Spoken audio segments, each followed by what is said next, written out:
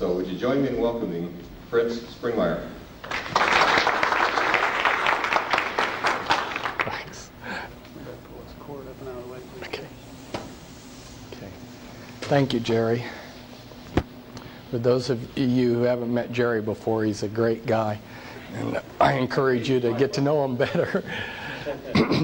Before I start my talk, I wanted to say a few things. First, it's a real privilege to be here with you.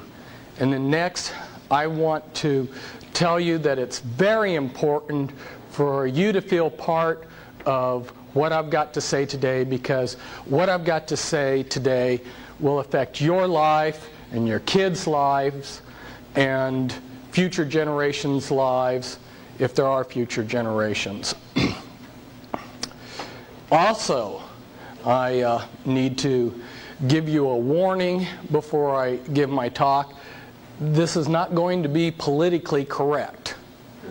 But as a Christian in a country where it is politically correct for 330 congressmen over a period of 3 years to write 20,000 bad checks, and as a Christian in a nation where a high school in Florida tries to teach their high schoolers abstinence in sex if they're unmarried, and then gets sued by people like Planned Parenthood, while on the other side of the country there's a school district in LA that realizes there just might be a connection between all the free condoms they're passing out in their sex education classes and a high rate of teenage pregnancy.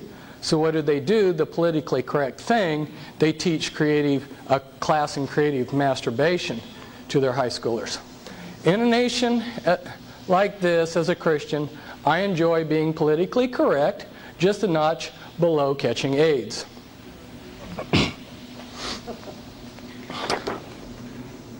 I need to give you one other warning, and that is, you need to find someone on break, probably, who you can talk with tomorrow. When I gave this talk one time before, the people, when I finished giving the talk, felt fine. And then as things sunk in the next morning, they were devastated. And they said, Fritz, you've got to tell your people to ahead of time that they need people to be a support person.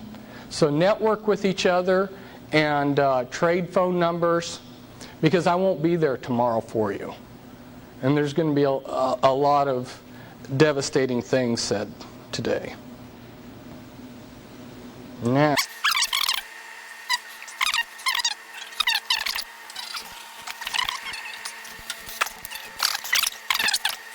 hey, mister, what are your 4 answers? Yes, sir. No, sir. No excuse, sir. And, sir, I do not understand. Those are the 4 answers that I was allowed to give at West Point. I entered West Point July 3rd, 1973. And the first 2 months there are called beast barracks. They break you down and they build you into the soldier that they want you to be. And I thought that this tearing down process was discipline when I was there. But the first 2 weeks that I was there, I ate in total same amount of food as what you would eat in a normal meal, and slept very little and did a lot of push-ups and running. Between my first and my second year at West Point, I went over to the Holy Lands, and it was right after the Yom Kippur War. And if there was ever a fantastic military victory, it was the Yom Kippur War. But I immediately saw that they hadn't won anything. They'd won this great military victory, but they hadn't gained anything from it. And the lunacy of fighting wars for our establishment politicians was very clear. And I did a double take on what I wanted to do with my life, because I realized that there was almost an endless number of young men that our country or our politicians our world order could have to use as cannon fodder, but that there were very few men who are willing to give their lives totally over to the Lord and to serve in the Lord's army. So I decided to take the one thing that I had learned at West Point, which was indicated by the 4 answers I gave you. If you were given an order, for instance myself, when I was given an order, I only thought in terms of, how do I get this done? I didn't question the order. I didn't ask, should I do this? And if you didn't get the job done, you were given the answer, no excuse, sir. So you learned responsibility and obedience. And I took that one valuable lesson that I had learned at West Point and decided to apply it to my life. So when I resigned in my 2nd year, I was determined to do the Lord's will, no matter how silly that was, no matter what it was that the Lord wanted me to do, I was going to follow through and do it with the same determination that I had followed out orders at West Point. Now, if we start to look for God, where do we begin? In the beginning was the Word, and the Word was with God, and the Word was God. In the beginning was a symbol, and the symbol was with God, and the symbol was God. We use symbols to design, to communicate, to observe our world. The symbols that we use are what elevate us above animals. They allow us to design things. For instance, this is just a sample that I thought was interesting. I had a friend who had been in the Illuminati, and he was murdered this year. But off of the top of his head, he, from his photographic memory, he said that the tetragrammaton equaled this formula for DNA. And I'm not saying that it does or doesn't. I thought it was an interesting use of symbols, because God has allowed himself to be represented by a symbol, a set of symbols, the tetragrammaton. And also Christ said, I am the Alpha, the beginning symbol, and I am the Omega, the ending symbol. Symbols are very important. In fact, from what I have discovered in Satan's bag of tricks, if he just uses the one tool alone of manipulation of symbols, he has enough power to control our lives. So we're going to deal with symbols. So now we're looking for God, which is a term, the symbols represented by God. And as we begin our search for God, our first choice here, if we decide that there are no gods, then we have placed ourselves in the position of atheists or secularists, and some of the Buddhists. But if we decide that there are gods, then we have a choice between many gods or one God. If we decide that there are many gods, we have gotten off here in what's known as polytheism, which is seen in Mormonism, Hinduism, the New Age movement, Roman and Greek mythology. If we decide that there's one God, we've got a choice then to make. Is this God identified with the universe, or is he distinct from the universe? If he's identified with the universe, we have what's known as pantheism or panentheism, which is the same as in Buddhism and Christian Science and some other philosophies. But if we say he's distinct from the universe, then we come down and we have another choice to make. Is he finite, or is he an infinite God? If we decide that he's a finite God, we've placed ourselves in the position that the Watchtower Society placed themselves. There are a lot of little-known doctrines that the Jehovah's Witnesses have, and for the first half of their history, they promulgated a doctrine that Jehovah God is a finite being that lives in the Pleiades, on the star Alcyon, and he sends messages to the earth that take about 8 days, and his messenger arrives to the governing body of the Jehovah's Witnesses, who are then God's sole channel, to make a direct quote there, God's sole channel of communication. But if we decide that he's infinite, we have a choice. He never does miracles, or he sometimes does miracles. If we decide that he never does miracles, we'll put ourselves into the position of the rational thinkers called deists, men like Thomas Jefferson and some of the others in the 18th century were rational thinkers like this. A lot of them, though, actually were closet occultists.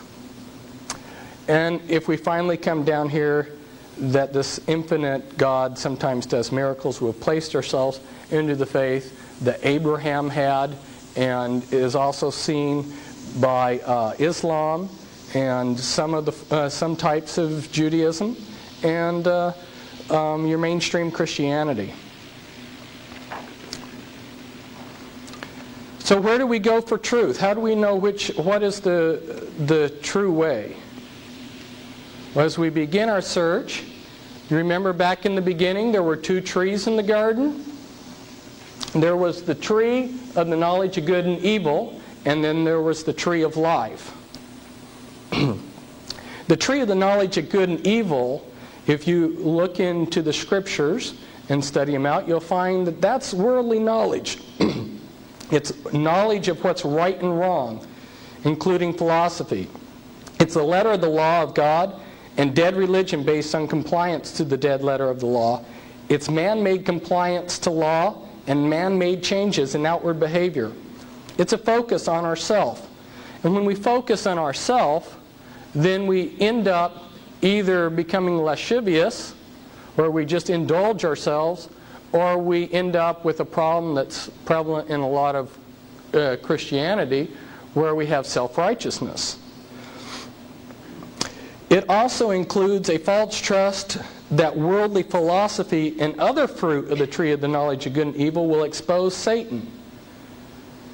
This is one of the major problems today. The fruit of the tree of the knowledge of good and evil will not expose Satan, because Satan comes as an angel of light. And we'll get into that even deeper as we progress through this talk.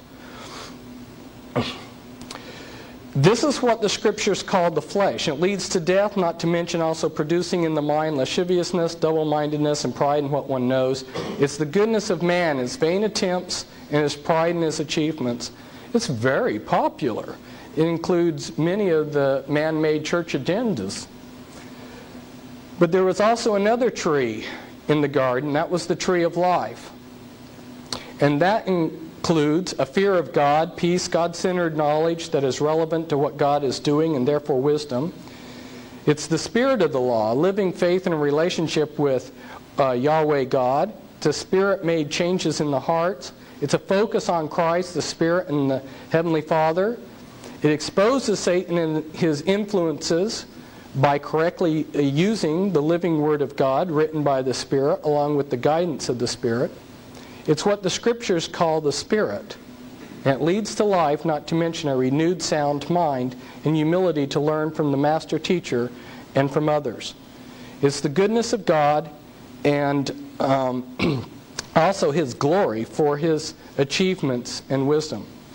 It's not very popular, for a natural man doesn't understand the things of the Spirit. But we have a problem back there in the garden. What entered into the garden? Evil. And this is a problem that confronts all of us. Here we have a God that's omniscient, a God that's omnipotent, that is almighty and all-knowing, and yet something that this all-knowing, all-powerful God, that's wholly good, something that this wholly good God created contains evil.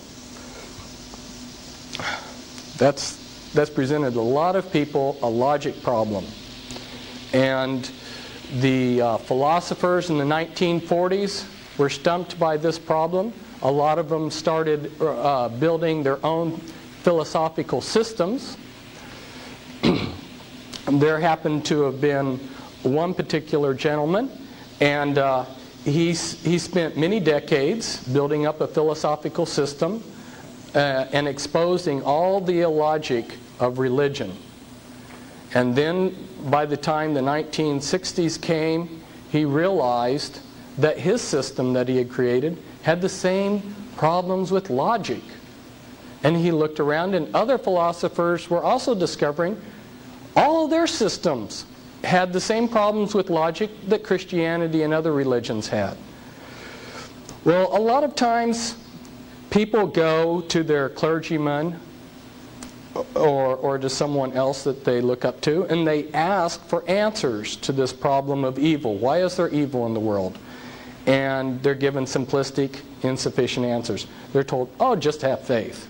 Or the clergyman says, oh, there's no contradiction.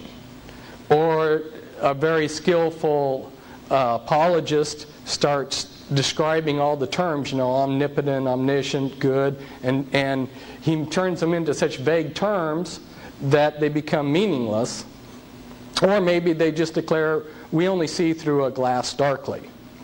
Okay, these insufficient answers leave many reasonable persons deeply disturbed by the absurdity of conventional belief in God. Some have decided that human life is self-defeating, tragic, and absurd.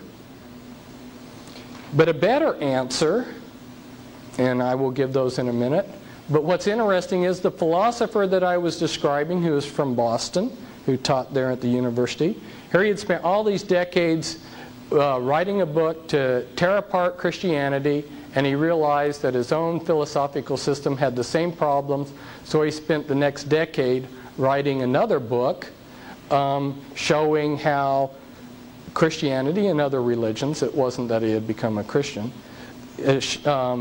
describing how actually they do have a lot of answers. So what are some of these better answers? To show people that every mathematical, scientific, and philosophical system has vagueness and contradictions within their principles. Philosophers cannot define and defend their own criteria of meaning without employing self-defeating arguments.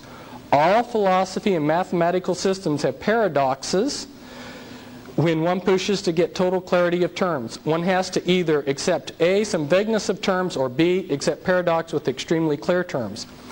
Common sense of human existence means we must accept the contradictions that accompany the complexity of the sense and nonsense of our spiritual environment. Somebody tells you that they love you, and then here they are squeezing the toothpaste from the middle. Now, if you had a computer program set up to define whether somebody loved you or not, you would never get the answer, because human relationships and human life can't be broken down into logic. There's a lot of nonsense in our life. The problem of evil is actually a sign that reveals that there are deep issues of life that must be plumbed, like a crack in the earth's crust that plunges out of sight. God can view evil in a different view because He is above time and knows that with His unlimited power, all things will work for good to them that love God. God has unlimited power to bring something good out of evil. Proof of this ability is found in the life, death, and resurrection of Christ. In other words, evil is not out of control. God has said, I'm fixing a point here in time that evil can start. And why did He allow evil to start? So that each one of us would have the choice to make whether we wanted to love Him or not. We're not robots. If we were programmed to love Him, it wouldn't be real love. But we have the choice to reject Him and do whatever we want with our life. So He set a point here, and He said, evil can exist from here to there. And then He's given us the life, death, and resurrection of Christ to show that any evil within that time period can be transformed to good, which He will do. And Lord willing, we will all see. In order to bring true love into human existence, God had to allow choice, which includes the choice of rejection and disobedience by His creation. After a period of allowing mankind to choose to love Him, God promises to destroy evil. Now you're asking, well, Fritz, We all know this. We all have to face this issue either on a conscious or a subconscious level. We all wrestle with the problem of why is there evil when God is so powerful and so good? Well, the reason why I'm telling you this is because it's very easy for somebody to come up here and expose evil and not give you hope. See, I was called to do three things. I was called to expose evil, to give hope, and call people back to the Word of God. That's my assignment. Okay, there's a lot of people in prophetic ministries that they're able to give real easy hope. Oh, just vote these crooks out of office. You know, if you don't really expose evil, you can give simplistic answers. But if you really expose evil, and how many people really plumb the depths of how evil this world is, then you've got a really hard task to try to give people hope. But that's what I'm trying to do. Because this is very important. That's why we're going over. Because given a chance, I'd destroy the foundation of practically everything you believed in. And I may today.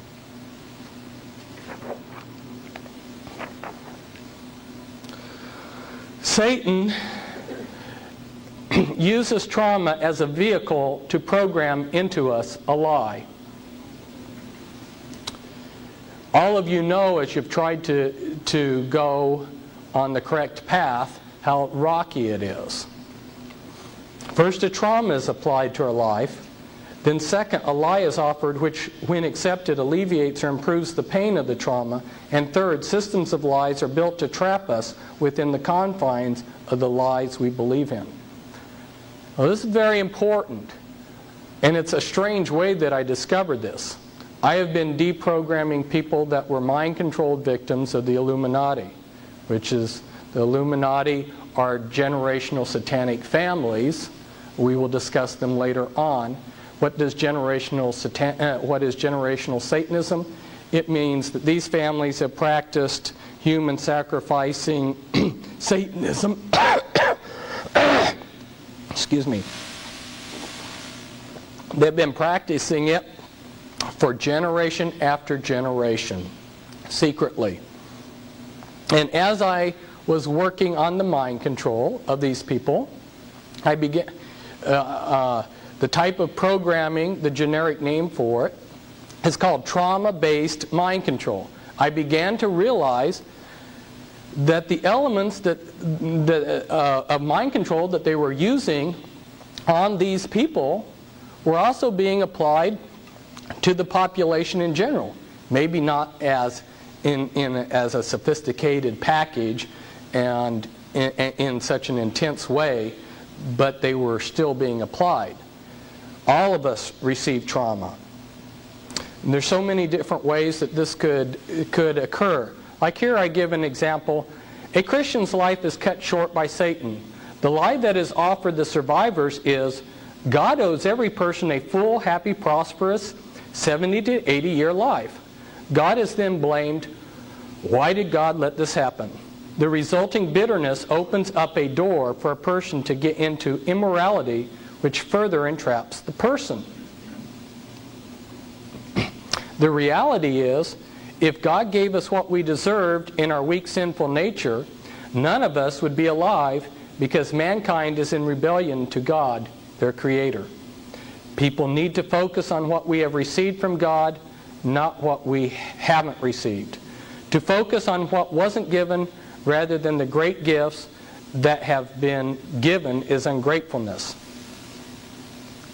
Therefore, when a trauma is applied to our life, we can use that trauma to program a lie into our life, or we can grow spiritually by seeing the deeper spiritual realities that the trauma is trying to teach us.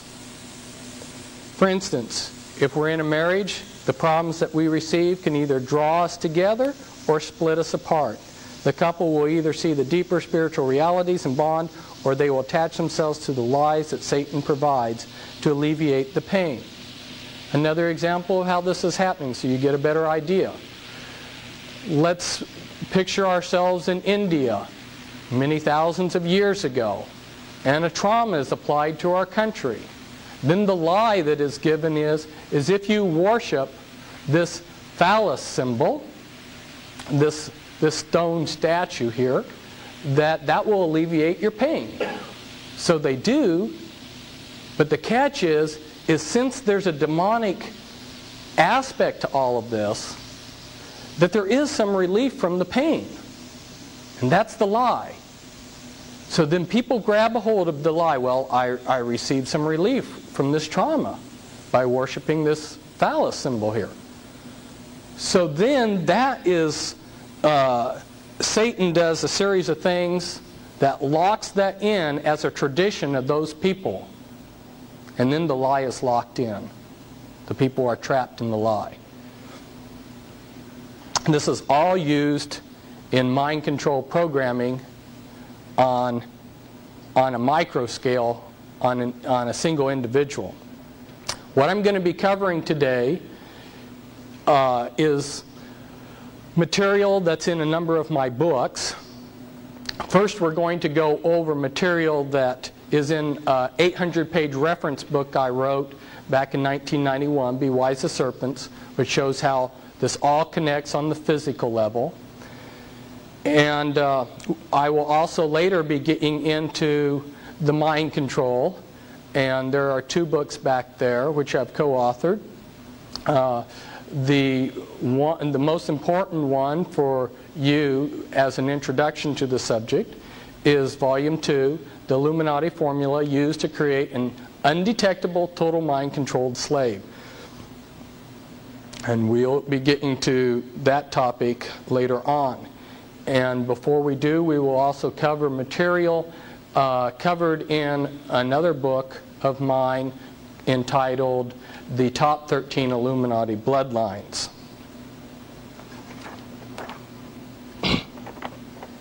This is just saying again what I had previously said, that Christ's life is proof that God has the ability to turn evil into good.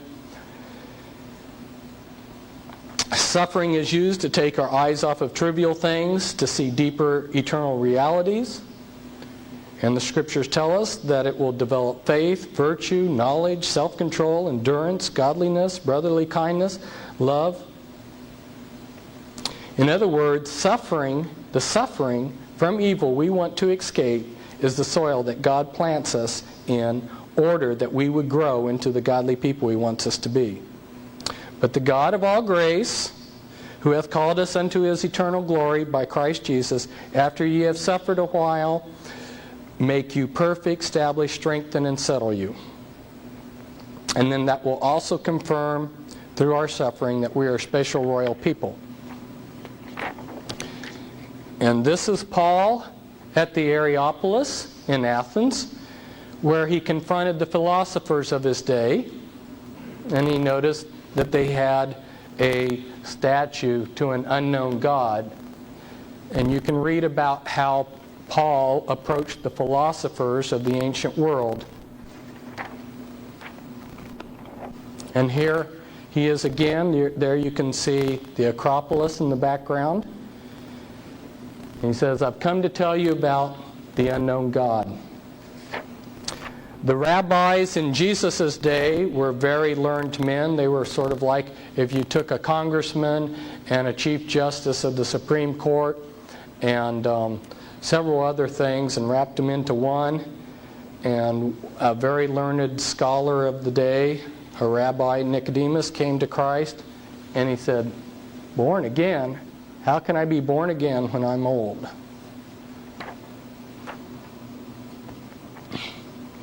Now remember, we talked about going to the tree of life for knowledge. The Spirit of God revealed to me that there's certain principles that allow paradise to function. These are the elements of God's paradise. Before we study the counterfeit, we're studying the real. God gave me some confirmation on this revelation. There were two other Christian brothers who independently received the same revelation. And then when we examine Scripture, there's some Scripture that also back this up. But I'm not submitting this to you as a new doctrine, but just as a way to help you understand better how things operate in the perfect setting that God would have them operate. I discovered via the Spirit's revelation that the attributes of God are what sustain the universe. Justice, God's order, equity, truth, life, and true love forms the base of this. And interestingly, there's a number of other interesting things to this, is I discovered that when we go in and look at how we define God, we'll find those attributes being what make up the New Jerusalem. So the basic building block of paradise is a cube shape, which is stable. It has certain attributes to it. And you'll see some of the other things here that I've added that I won't go into. Another interesting aspect is that God protects this. If you go to Ephesians 6 and you look at the armor of God, the helmet of salvation protects eternal life. The breastplate of righteousness protects God's justice and equity. The belt of truth, which is pulling things together, a girdle there, is protecting God's order of things, which also includes His authority and authority covering. And then your shield of faith is protecting true love. True love believes all things. And then your sword of the Spirit is protecting truth. So the armor that God gives is protecting these elements that sustain paradise. Now this is important to understand this concept, because now I'm going to show you how it's been corrupted. This was also given by revelation, and it was also confirmed by some other brothers, but then it also got confirmation from a real interesting source. Besides my brothers in Christ, a man named Norman Dodd, who was placed in charge of the Reese Committee in 1953. He was the chief investigator. The Reese Committee was assigned by Congress, and they were hoping that they wouldn't do a very thorough job, to investigate the un-American activities of the foundations. Norman Dodd had spent his entire life rubbing shoulders with the movers and shakers of the world.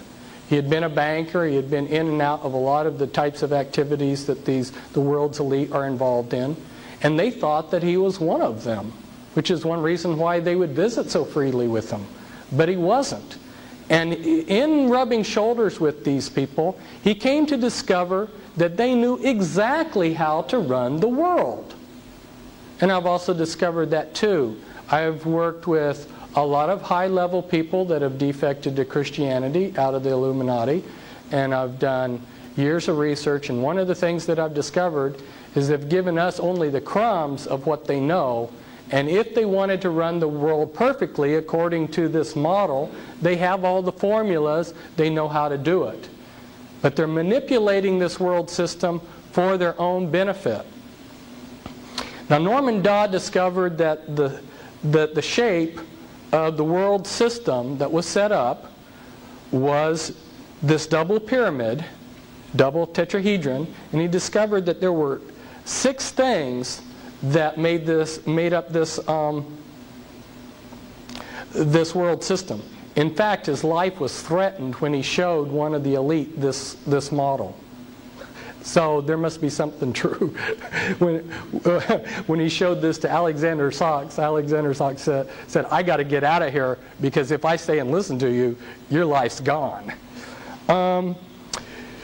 You've got order, which is represented by the state, wisdom, which is value, equity, as seen in the marketplace, justice by the courts, wealth, the prices. And here I've added to what Norman Dodd had by including health, which is a function of wealth and a possession, and then truth down here at the bottom, which is represented by church. And by manipulating these different elements of the world system, they are able to control the world. One example of the type of manipulation they do is they make people think that equity and justice are the same thing, and they distort what was a pyramid with a base of 4 points to a 3-pointed pyramid. They just play around with this model any which way.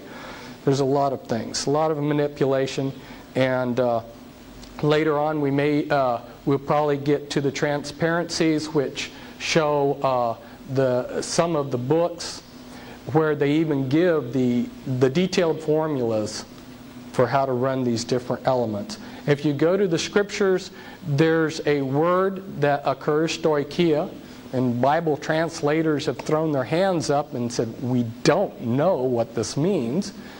If you go to the classical Greek writers, they use the word stoicheia to mean elements that make up something. And Apostle Paul warned us, and there's like 6 or 8 Bible verses that warn us against the elements of the world system. I believe, even though it hasn't been revealed before, that these are the elements, these are the components that we were being warned about by Apostle Paul. And he said, don't be deceived or taken in by these elements. Now, one of the things that I can do, had I the time, to go in and show you how each one of those elements is controlled. We will touch briefly on those different elements, and I will give you, as quick as I can, in a short period as I have, a thumbnail sketch so you can understand how each of those elements is controlled. This was something that I came out with in my Be Wise As Serpents book. I'll not go into this particular chart this time, but I'm just showing you this real quickly to show you that there is a whole scheme of things on how to control the church. But this is what I really want to go into. This is maybe one of the most important things that I'll be able to share with you, and you have it in your handout. If we go back to the Garden of Eden, when evil or Satan came into the garden, he said that the fruit of this tree, of the knowledge of good and evil, would give them salvation. Now, salvation through knowledge. That's Gnosticism. Okay? Now, they began to realize that knowledge is power. But of course, you don't want to give all your power away instantaneously. If you want control over someone, you give it out in increments. So how Satan sets things up is the first element is to say, I have secret hidden knowledge. And you have instantly given yourself an instant power base. Now everybody's got to come to you because you have this hidden knowledge. Right? And I'll cover 3 words here. If you go in and look at witchcraft or any of these others, they'll use the words esoteric, arcane, and occult. Those 3 words, esoteric, arcane, and occult, mean exactly the same thing. They mean hidden. This is the hidden knowledge that Satan's whole world system of religion gives out to people. But they can't give away their power base. They've got to give it out in increments. So if you join the Masons, they give this out as you go through degrees. And as you progress through the degrees, they dish you out more and more incrementally. Or if you're a Jehovah's Witness, you have to stay in touch with God's sole channel of communication, the Watchtower Society, and their magazines. And they dole out in increments this revelation knowledge to you over a period of time. Or if you're in the charismatic movement, you're made dependent upon some great prophet that you can't leave him because he is God's source of knowledge, revelation knowledge to you, and they make you dependent upon that preacher alone.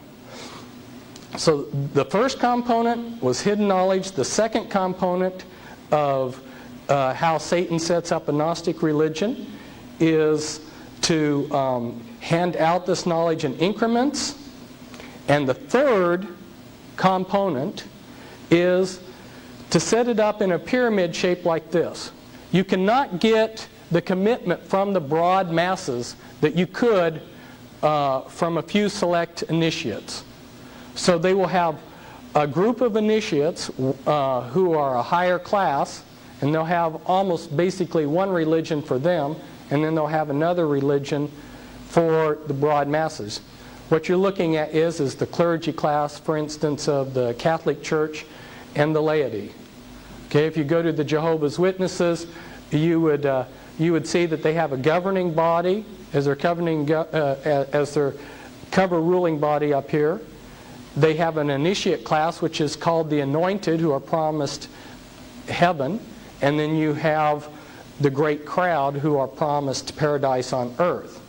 And the same pattern is repeated many, many times over. And I'll show you some of the groups that do this. Now you take, for instance, within the Jehovah's Witnesses, there, and many of these other groups, I've discovered that the key men are Satanists. And they have a cover ruling body that hides them. Now if we turn this pyramid, this Gnostic religion that we have just built here, and there's even a book, How to Create Your Own Religion. If you turn that on its side and make it into a piece of pie, now look at what we've got here. This is the perfect control mechanism. In the center of all these different religious bodies are Satanists that know each other, that are collaborating and working together. And this I've discovered is a fact. I'm giving you inside information there.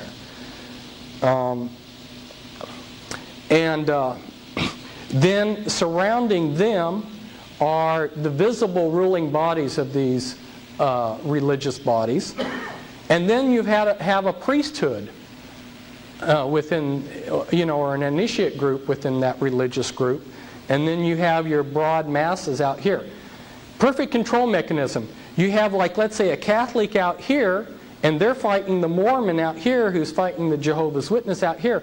And the people on the outer fringes are all divided and fighting each other. They never rebel against the middle. If they would ever rebel against the middle, what's protecting the actual movers and shakers? The priesthood.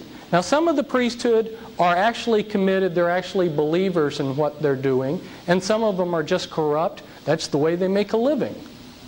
But at any rate, they act as a buffer to protect the ruling body there. And this formula, which I got from the other side, by the way, can be seen in many different flavors. They realize that when you go into a restaurant, you want a menu of things to choose from. So if you want a Gnostic hierarchy that worships the sun, you can come over here and pick this. Or you want New Thought Christianity, you can come over here. All of these groups follow that pattern I just showed you. And my apologies to Baskin Robbins, they have more than 31 flavors. Here's an example of what I'm talking about. Now, if you think back on your pie-shaped diagram that you got in your handout, the walls between the different pies are artificial barriers, and they can pull those out anytime they want to. And every now and then you get a glimpse of them doing that. At the World Parliament of Religions, they had Hindus, Buddhists, Christians. Chuck Colson, who represents the Protestants, was there. You had all of these different religious groups there, commingling, worshiping together. So they can pull those artificial barriers out if they want. But they don't usually do it. But we're beginning to see more and more those artificial barriers come down. And this is an example of it. This is a Jewish rabbi who's a Catholic priest, and he's getting the Jews to start worshiping Mary and some other things. So here we see in his group literature put out. There you see, like for instance, Father Herman Cohen, who's both Jewish and Catholic.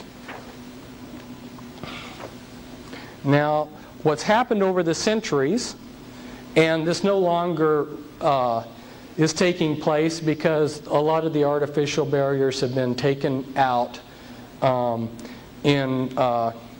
that they can bring in their one world religion. But prior to about 1950, the way that they had set this up is that the Illuminati worked through front organizations. Those front organizations then covered themselves behind monotheistic religions. So behind Protestantism, you had Freemasonry pulling strings. Behind Roman Catholicism, you had Jesuits. And behind your Jewish community, you had your Sabbatians, your Frankists, communists. Behind Islam, you had Sufis. How many people knew that Colonel Gaddafi was a Sufi? Does that make a little bit more sense why you see a Freemason in the CIA maybe collaborating with Colonel Gaddafi?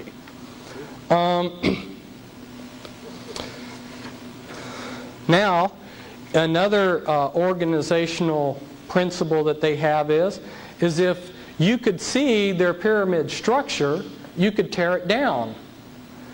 So there's the spins principle. Marilyn Ferguson brought this out in the book that she's credited for writing. The spin principle is segmented polycentric integrated networks, where you set in motion, sort of like a series of tops, a whole bunch of different groups that are all spinning in the same direction. Then if the opposition comes, all they see is this one group. They can take it down, but they don't take down the whole network. And this is just New Age teaching institutions. But this is another example of some more New Age groups.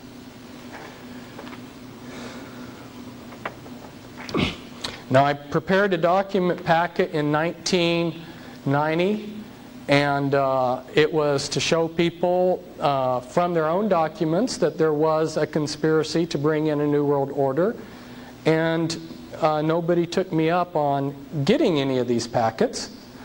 So then I put it into my 800-page reference book, Be Wise As Serpents, and hopefully now in 6 years things are changed enough that people will be able to appreciate the documents I'm going to show you. These are very important because a lot of the people in the audience have never seen documents from the horse's mouth, so to speak, as to what they are really doing. Now here we see a book. This is just simply the cover to show you that there are disenchanted men that are warning that we're ruled by an invisible government. And another disenchanted man who worked with the CIA warns that the CIA and its allies are in control of the world.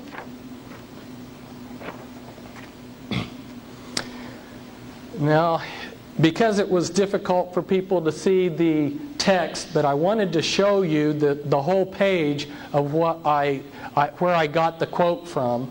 I have pulled the quote up and enlarged it over here to the side. Now, this was written by Manly P. Hall. Manly P. Hall was both a Grand Master within Freemasonry, and he was a Grand Master in the Illuminati. And he says, all of sincere heart will find consolation in the conviction that powers beyond and above human corruption continue to administer the destiny of the globe. It would be a mistake to confuse the governing bodies with the various sects which pretend to authority but give no indication or proof that they can manage efficiently even their own affairs. What was I telling you? That inner core of black in all of those pieces of pie that's secretly ruling? Now, Manly P. Hall knows who he's referring to here because he's part of that secret body. But of course, he speaks positively of it.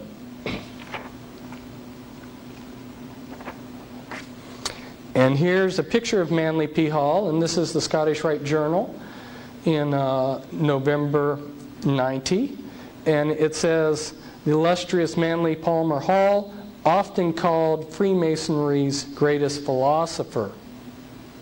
I'm showing you that so that you can see that the documents I'm going to show you come from the very highest people within Freemasonry and some of these other organizations. This is probably hard for you to read. Alice Bailey was in charge of Lucius Trust, originally set up as Lucifer Trust, as most of you probably know. And she worked for the Department of Health, Education, and Welfare in 1957. She created the goals for education that are being implemented today in our schools. The America 2000 goals, Millennium 2000, these goals that are being brought in. And she was a leader within the New Age movement. She set up over 140 New Age groups, wrote prolifically. In her book, The Externalization of the Hierarchy, she spells out in detail how they're going to bring in the New World Order. It is amazing the things you will read in there, including telling us who's going to rule on the physical level and who's going to rule on the spiritual level in this New World Order. It's going to be Lucifer. And she says it right there. She writes, when the new universal religion has sway and the nature of esotericism is understood, will be the utilization of the banded esoteric organisms, the Masonic organism and the church organism as initiating centers. These three groups converge as their inner sanctuaries are approached. There is no disassociation between the one universal church, the sacred inner lodge of all true Masons, and the innermost circles of the esoteric societies. In other words, she's saying that Freemasonry is going to be the religion in the New World Order, or the New Age, as she refers to it variously in different parts of her book. Interestingly enough, other New Age leaders say the same thing. Benjamin Creme, who you've heard about, he says that Freemasonry is going to be the religion, the one world religion in the New World Order. Lola Davis, another New Age leader, says the same thing. And here Alice Bailey, again on another page in Externalization of the Hierarchy, says, there is no question, therefore, that the work to be done in familiarizing the general public with the nature of the mysteries is of paramount importance at this time. These mysteries will be restored to outer expression through the medium of the church and the Masonic fraternity. If those groups leave off being organisms with material purpose and become organisms with living objectives, when the Great One comes with his disciples and initiates, we shall have, after a period of intensive work on the physical plane, beginning around the year 1940, the restoration of the mysteries in their exoteric presentation as a consequence of this first initiation. In other words, they're going to restore the mystery religions of Babylon. And if you look at what's been happening in the churches and in the schools, you will find that that's true. The concept of externalization of the hierarchy is that we're going to take what was done in secret in the lodges, in the secret fraternal organizations, and we're going to externalize it out into society.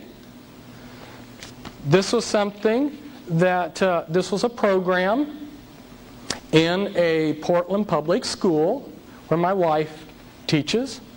And instead of Christmas programs for the last 15 years, they've had winter solstice celebrations, which is an occult celebration. And this celebration a few years ago was celebrating Lucifer, the light bearer. And this was the program for it. And during the play that the children put on for the parents that came, the children wore barcodes on their forehead. Some of the children had acceptable barcodes, and some had unacceptable barcodes. And then they did occult rituals. This is what's replaced Christmas in the public school. And I was using this on some of my talks, and I thought, well, I'll just send this to Tex Mars, who's another researcher, and he put this on the front page of his next newsletter. Externalization of the hierarchy. It's all around me, wherever I go. And these are some of my dog and pony show, because when I go out to get fast food, and I go to one fast food place, and here's a wizard with an owl, which is Lilith, and his energy ball. He's throwing an energy ball here. And then I go down to the next fast food place down the street, and they're teaching you how to hypnotize your parents on their sheet. And then I go down to the next fast food place, and they've got another similar looking wizard here, and it says fire and ice. Fire and ice are very important symbols for the occult when they're paired together. And I go into the laundromat, and this is hanging up. This is a lady, Elizabeth Clare Prophet, who channels demons, and she's having a meeting in the Portland Masonic Temple to find your twin flame and how to use spiritual energy. And then I go to the public library, and they're passing these out free. It's Metaphysics for Our Age. If you don't know what metaphysics is, that's witchcraft. And right there in Multnomah County, which is Portland, on the front of their books, on some of them, if you'll look at the library logo, it's a snake swallowing its tail. Well, if you'll look in Manly P. Hall's book on page 100, The Secret Teachings of All Ages, you'll find that that's an Illuminati symbol. In fact, they even use the word Illumo there on their seal of Multnomah County Library. On page 100, which is C in his book, he says that a silver ring of a snake swallowing its tail is a symbol of rank within the Illuminati. When I met the Grand Master for the Illuminati for a 3-state area, guess what he was wearing on his hand? It was a silver ring of a snake swallowing its tail. I tell you that for several reasons. One is that ring was a symbol of rank within the mystery religions. The Illuminati is simply the continuation of the mystery religions that we are now talking about, and you're seeing documentation about by people by Alice Bailey. When she's talking about restoring the mysteries, she's talking about restoring the mystery religions. And here she says, by means of the educational work of the world, the great Lord seeks to reach those of the intelligent public who cannot be reached by means of ceremonial and symbolism as in Masonry, or by religious means and ritual as in the church.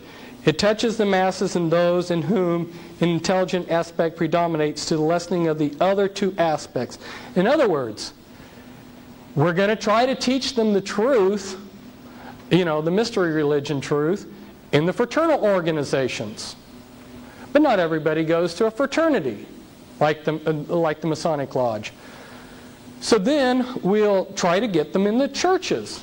But not everybody goes to the churches. So our safety net is education.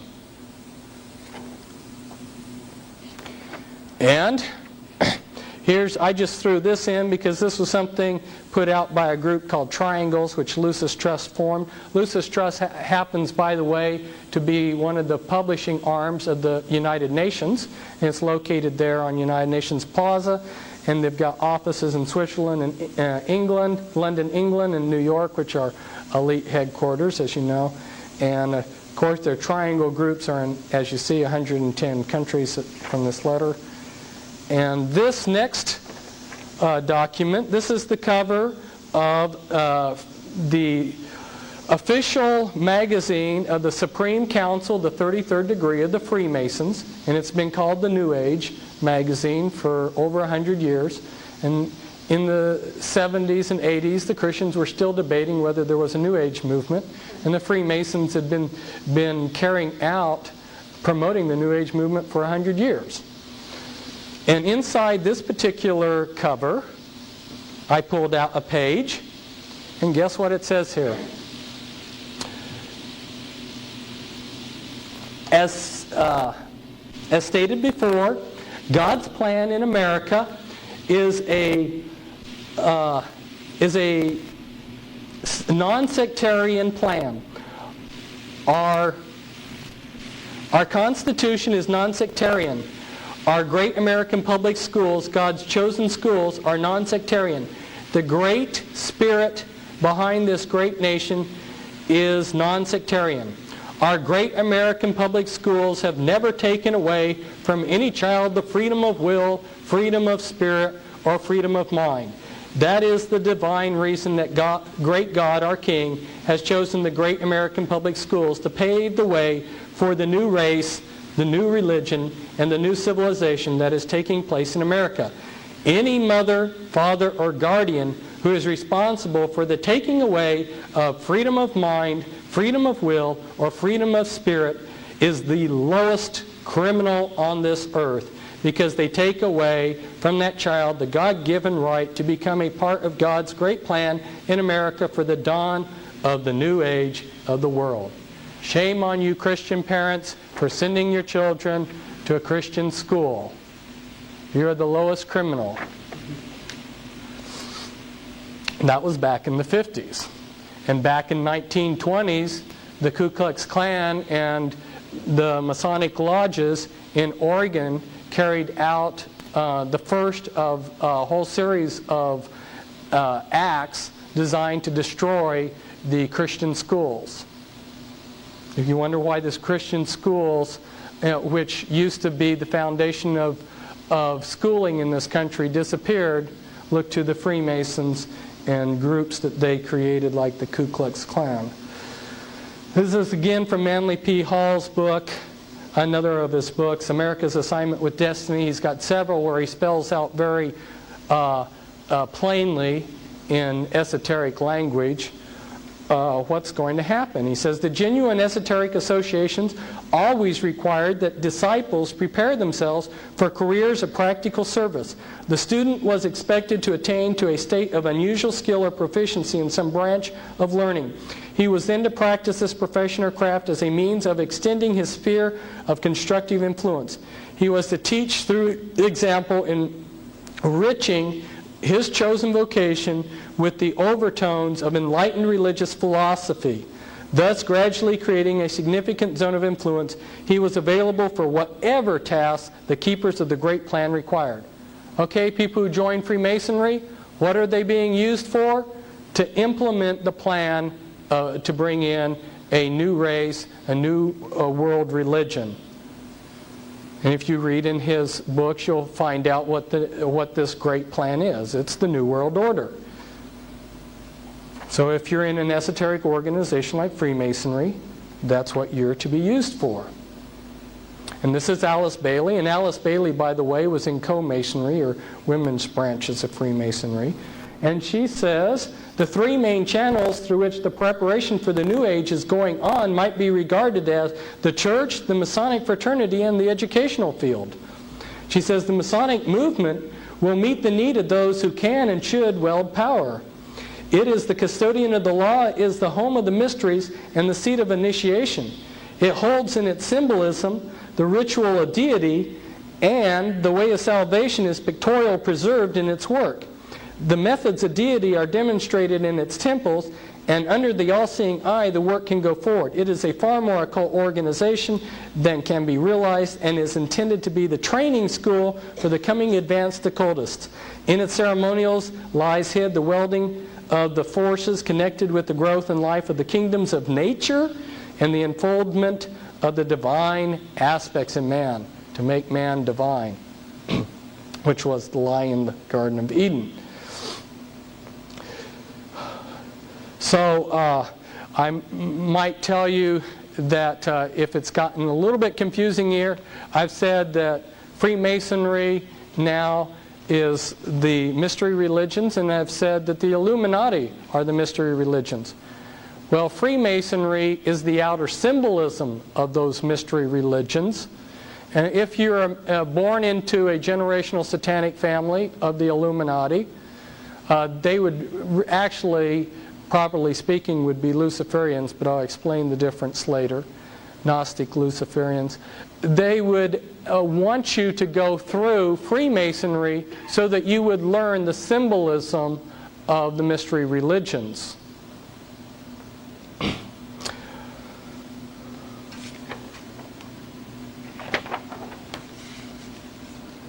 And this is Albert Pike. Albert Pike was he's been called the Pope of Freemasonry. He was the head of all of Freemasonry in his day. And he wrote Morals and Dogma, which when you get to be a 32nd degree Freemason, you are given a Morals and Dogma book, which belongs to the lodge, and then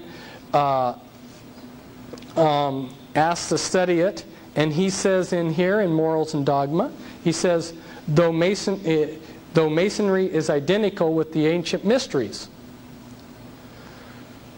What are the first two things that happen when you join Freemasonry?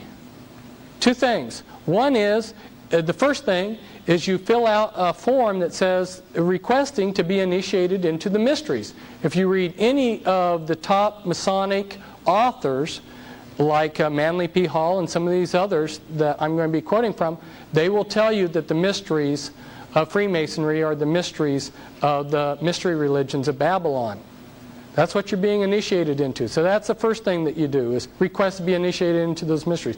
The second thing is you go through a ritual where they give you an oath that you'll ever conceal the activities and what they teach you in the lodge.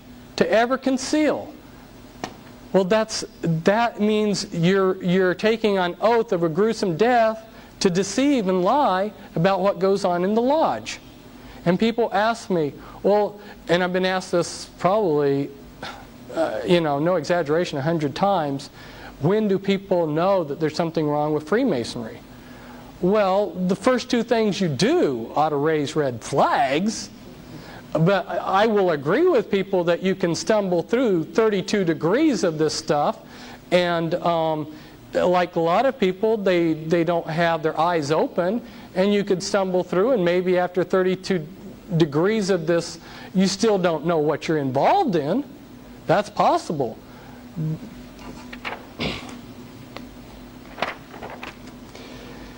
Now,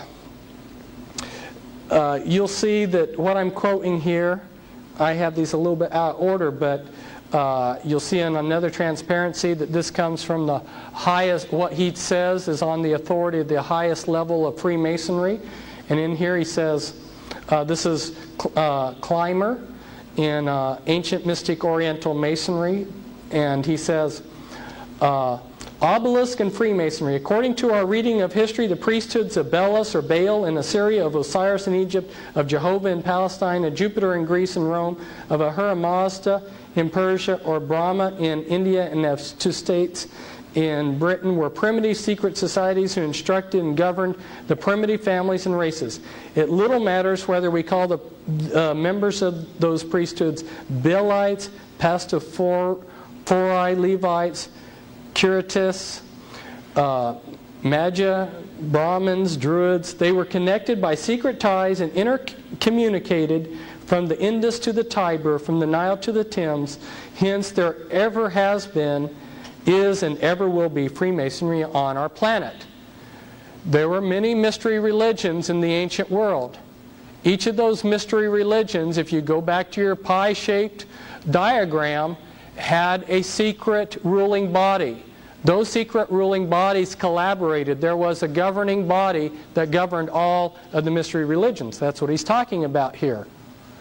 Okay, and I have some of the codes or the keys to unravel that worldwide unity that existed long ago. This is H. Spencer Lewis. In his book, Rosicrucian Questions and Answers, he says, I have to move this around so I can see it because this bright light's in my eyes, but he goes, everyone with common sense will appreciate the fact that a book claiming to be a complete presentation of the secret teachings and secret ritual of the Freemasons would be unworthy of purchase at any price, for one would know instinctively that the contents of the book could not possibly fulfill the claim made by the title. The same may be said of books dealing with the subject of Rosicrucian philosophy. The things that I'm telling you about, if you ask a Freemason, they're not going to confirm them. They're not going to validate them. And this on the previous book that you saw by Clymer, I have this in here because he says, I quote from the highest Masonic authorities in the world, and that which concerns mystic Masonry comes direct from who knows and who has no superior in this work. So I'm giving you information from the top in case you doubt these authorities. This is simply showing us, again, in the same book, that Masonry was founded on the ancient wisdom religions, and when founded was not known as Masonry. It was known as mystery religion. And this quote by the same man in the same book, Ancient Mystic Oriental Masonry, the religion then of Masonry is pure theism, on which it... that's good enough. And by the way, Clymer's quote there, as another one of the previous quotes, was from Mackey's, one of Mackey's works. And so you have two high-level Masonic authorities, both validating the same thing in this quote. Here's another quote from, this is from Mackey's Masonic Jurisprudence, and found Clymer is quoting Mackey's Masonic Jurisprudence. So broad is the religion of Masonry, and so carefully are all sectarian tenets excluded from the system, that the Christian, the Jew, and the Mohammedan, in all their numberless sects and divisions, may and do harmoniously combine in its moral and intellectual work with the Buddhist, the Farsi, the Confucian, and the worshipper of deity under every form. No wonder it's going to be the religion of the New World Order. And this quote here is just showing that Masonry is claimed to be the pagan mystery religions by Masons. And this is at the House of the Temple in Washington, D.C., not far from the White House. This is one of the rooms in there in the House of the Temple. There's another room further in this temple, which is much smaller, which has 13 chairs, which is one of the rooms that the Illuminati's Grand Druid Council meets in.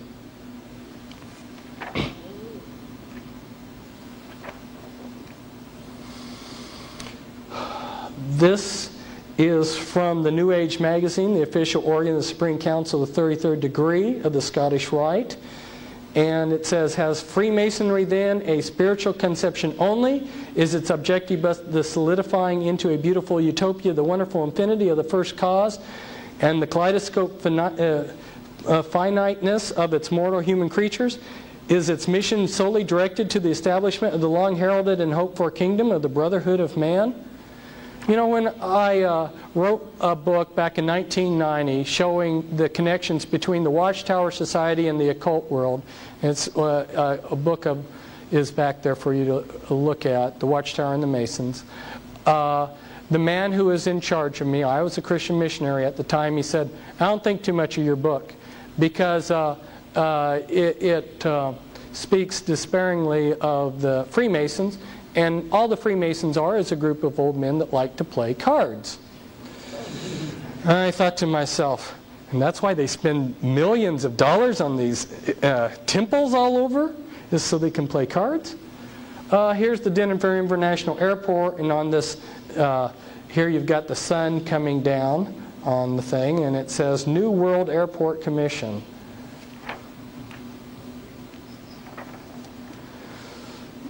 This is Manly P. Hall again. He says, when evaluating the esoteric groups, that would be like the Rosicrucians and Freemasons and Lucis Trust, etc., of this period, the most reliable guide is their acceptance of the responsibility of the Great Plan. I've already explained that's the plan to bring in the New World Order. Progress is not ordinarily for the advancement of the individual, but for the unfoldment of the universal project. The real esoteric schools still labor towards the goal of the world commonwealth, that's the United Nations, so to speak. The plan remains utopian, and the disciple advancing through the grades of a legitimate initiate system is being prepared not for personal emancipation, but as an instrument for the liberation of his fellow man. Now, I want to point out something to you about that word utopia. It's Greek for meaning nowhere land. That's what Satan holds out for his people, is a utopia. in contrast with God's paradise. Okay, now there's a big distinction between that cube-shaped model that I showed you and the double pyramid. What's the distinction? And this is a distinction that you need to catch. When they started this country, most of the men that founded this country were Freemasons. 33 of the 35 signers of the Declaration of Independence were Freemasons. If you look at the Declaration of Independence, Thomas Jefferson, who was a member of the Illuminati, he wrote, "Nature's God." You know, he talks about nature's God. What kind of God did Thomas Jefferson believe in? He believed in the type of God that these people who worship nature, your Wiccans, believe in. And that's what he was referring to. And the Constitution was constructed to be the carrot to bring us into this New World Order. It was to be the most perfect form of government that Satan's world system could construct, so other people would want to revolt. And they created this on purpose, this Constitution, so that like a thread in a garment, you could pull this thread and unravel it. Okay, it's intentionally created that way. But there were some very fundamental differences between our Constitution and God's paradise. And let me explain that, because it's why we're in a lot of trouble. If you'll go back and look, remember we talked about in that earlier diagram about God being the lawgiver and order. Remember, that was one of the elements of paradise, God being the lawgiver. When they set this country up, who did they make as the lawgiver? The legislature. So, where the Bible says homosexuality is a sin and wrong, that's the law, right? Homosexuality is wrong. That's the law of God. But by usurping the role of God and giving the role of God to man so that they can be the lawgiver, now in our country they can come along and they can debate whether homosexuality is good or bad. And if they decide that it's good, they can promote it however they want. See, that's a fundamental difference between paradise and the Constitution. Not that the Constitution doesn't have a lot of great things about it, but you have to understand it relates to the utopian concept that Satan has been promising the world. Now, this comes from a Masonic magazine, the Masonic Review, and it says, "Masonry's greatness is not in the antiquity of its beginnings, neither in its conservatism, but rather in the fact that it has always been a leader of thought and action. I repeat, a comprehensive understanding of the history of Masonry leads us inevitably to the conclusion that not through conservatism has it most served the world, but rather through its spirit of unrest, its utter abhorrence of unnecessary restraint, its abiding love for the liberty, its unconquerable desire to progress away from the old to the new and better conditions. Whenever the conflict has been waged between the old and the new, between a narrow conservatism and real progress, our Masonic brethren have been found on the right side. Witness the members of St. Andrew's Lodge of the Green Dragon who threw the tea into Boston Harbor.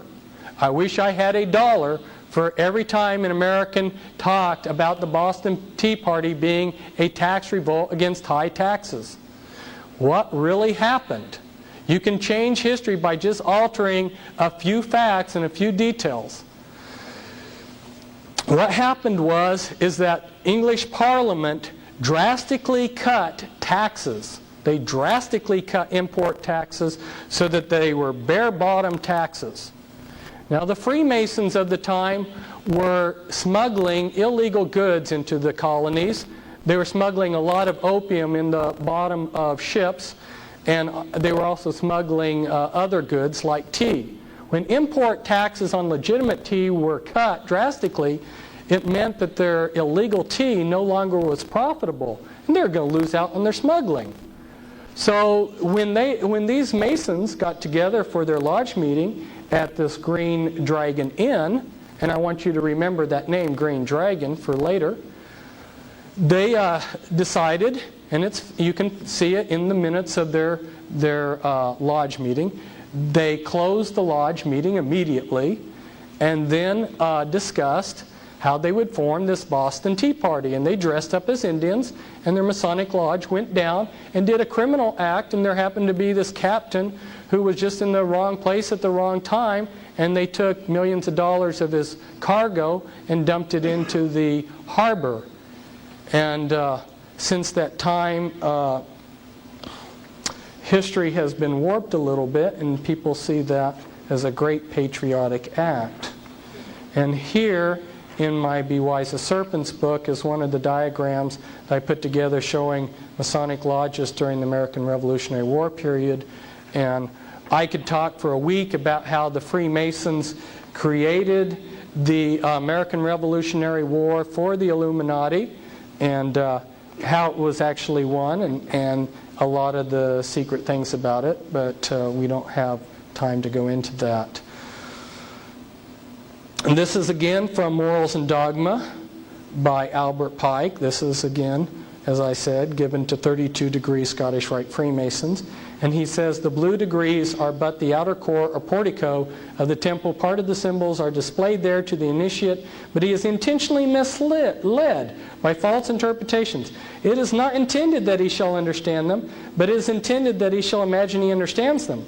Their true explication is reserved for the adepts. It is well enough for the mass of those called Masons to imagine that all is contained in the blue degrees, and whoso attempts to undeceive them will labor in vain, and without any true reward violate his obligations as an adept.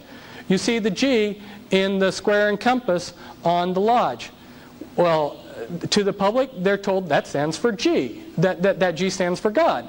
You join, and they tell you it stands for Gnosticism. Well, remember, as you move up, you're given more light. They dish this out in this initiate system, this hidden knowledge that they have. Well, when you get higher up, you find out that the G stands for the generative principle. And that's why later on, you'll see very shortly, that the Masons wear a lambskin. They're protected by the lamb, just like Christians are protected by the blood of the lamb. They cover their God, which is the phallus. And they bury themselves under a hard phallus. Those are the obelisks that you see in our cemeteries. And when the president, who's a Mason, looks out of the White House, he can look at a large obelisk. If you go to India and ancient Egypt, they worshipped the phallus. Right? They were traumatized, and through this demonic traumatization, they thought if they worshiped phalluses, that would relieve them, that would bring them benefits, and they're all over our country. And the president looks out of the White House, and he sees the Washington Monument, and I wouldn't want to be buried under something like that. Here we see another high-ranking Freemason in his book, The Spirit of Masonry. He says, little as it may be realized by the unthinking Mason, who is interested only in the outer aspects of the craft work, the whole fabric of Masonry may be regarded as an externalization of that inner spiritual group whose members down the ages have been the custodians of the plan, and as those to whom has been committed the workings out of the will of God for the race of men. They assist at the unfolding of the consciousness of the candidate until the time comes when he can enter into the light and in his turn become a light bearer, one of the Illuminati who can assist the lodge on high in bringing humanity to light. So if you're good enough, and of course they don't tell you that you have to have the right bloodline too, but if you're one of the chosen ones and you go through Freemasonry and you're good enough, you can become an enlightened one, a God one who's part of the Illuminati. But as you've seen in this document and the previous one, most Masons are deceived. They don't realize what the overall plan is. And why is that? Remember, going back to the pie-shaped diagram, the pyramid, Remember that Freemasonry was just another Gnostic religion? Remember you've got your broad masses? Well, most of the people that join Freemasonry only go to the first 3 degrees, about 75-80%. They go to what's called the Blue Lodge. That's your broad masses. They're taught one thing. But you can get some people to be more committed. That's your initiate group, right? So those are the people that go on to the Red Lodge. And then you've got your cover ruling body, which is your Supreme Council. And then within that Supreme Council, you've got some actual die-hard Satanists. You catch on to that pattern, you'll see that it repeated many times in Satan's world system.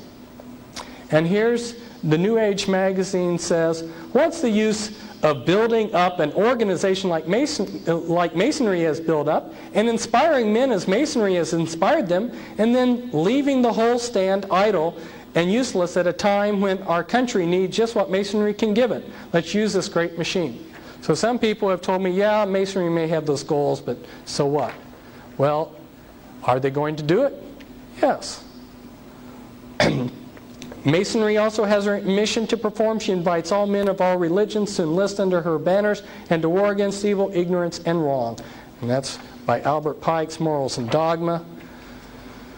This is externalization of the hierarchy. Years ago, I said that the war which may follow this one would be waged in the field of the world religions. Such a war will not work out, however, in a similar period of extreme carnage and blood. It will be fought largely with mental weapons and in the world of thought. It will involve also the emotional realm from the standpoint of idealistic fanaticism. This inherent fanaticism, found ever in reactionary groups like Christians, will fight against the appearance of the coming world religion and the spread of esotericism. The coming struggle will emerge within the churches themselves.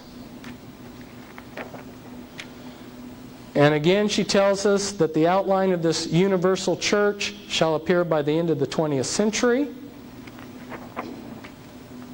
And here's from the New Age magazine again, where they say Freemasonry is a world power. How much of a world power? In 93 in my newsletters, in one of them I published a list of several hundred high-ranking Vatican officials who are high-ranking Freemasons, and I gave their secret Masonic initiation dates and numbers. And that's just a little bit part of the list. In the previous document, Transparency, he was talking about a war between Freemasonry and the Catholic Church. Well, that's long over. If you'll look at what's been happening, there's been all types of cooperation between the Catholic Church and Freemasonry since the 60s. In fact, this is kind of interesting. Here's a Catholic church, and it has the Illuminati triangle and all-seeing eye in it. These people are everywhere. The Freemasons, I have tried to expose how they have been operating in the world. They are constantly creating new organizations. There's approximately 800 fraternal organizations in the United States, and essentially all of those have been created by the Freemasons. Remember I talked about West Point? Well, I couldn't quite put my finger on what was wrong with West Point when I was there at the time, but I've later learned that it was a fraternity and all the elements of mind control were used there. So we're talking in this talk about fraternities, and later we're going to cover about mind control. And here are some of the groups that the Masons have created. And I know this is very difficult to read. I can't even read it myself. But you've got the Freemasons have been involved in the founding of the Boy Scouts, Kiwanis, Christian Science, the Watchtower Society, the Ku Klux Klan, Primitive Methodists, and etc.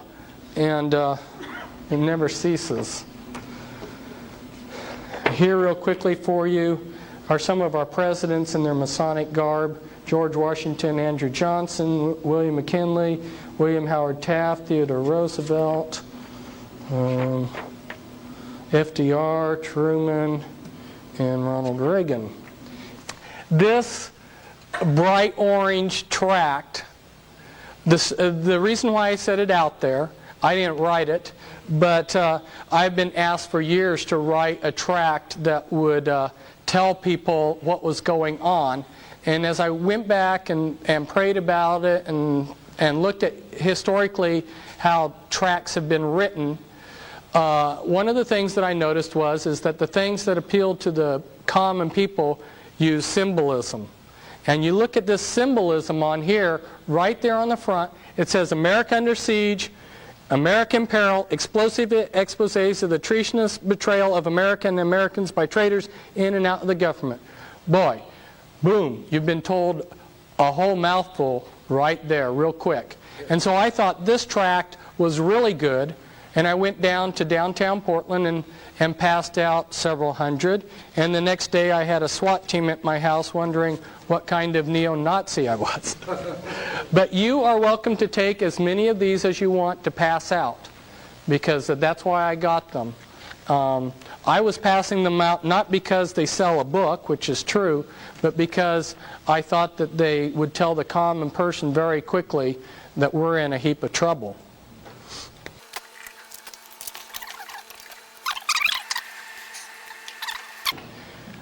Now, last segment I focused in on one particular point in history. Right now I want to focus in again on one particular point in history. What I'm trying to do by doing that is use it as an example of the bigger picture, okay? And one of my favorite points in history that I've enjoyed studying was the Civil War. So I picked that as a point in time, and I'm going to discuss 3 people within that period of time. All of you, I'm sure, are familiar with Abraham Lincoln and Ulysses Grant, who was his top general during the Civil War, and John Brown, who was an abolitionist who, because of his activities, he provoked the South into wanting to have an armed rebellion.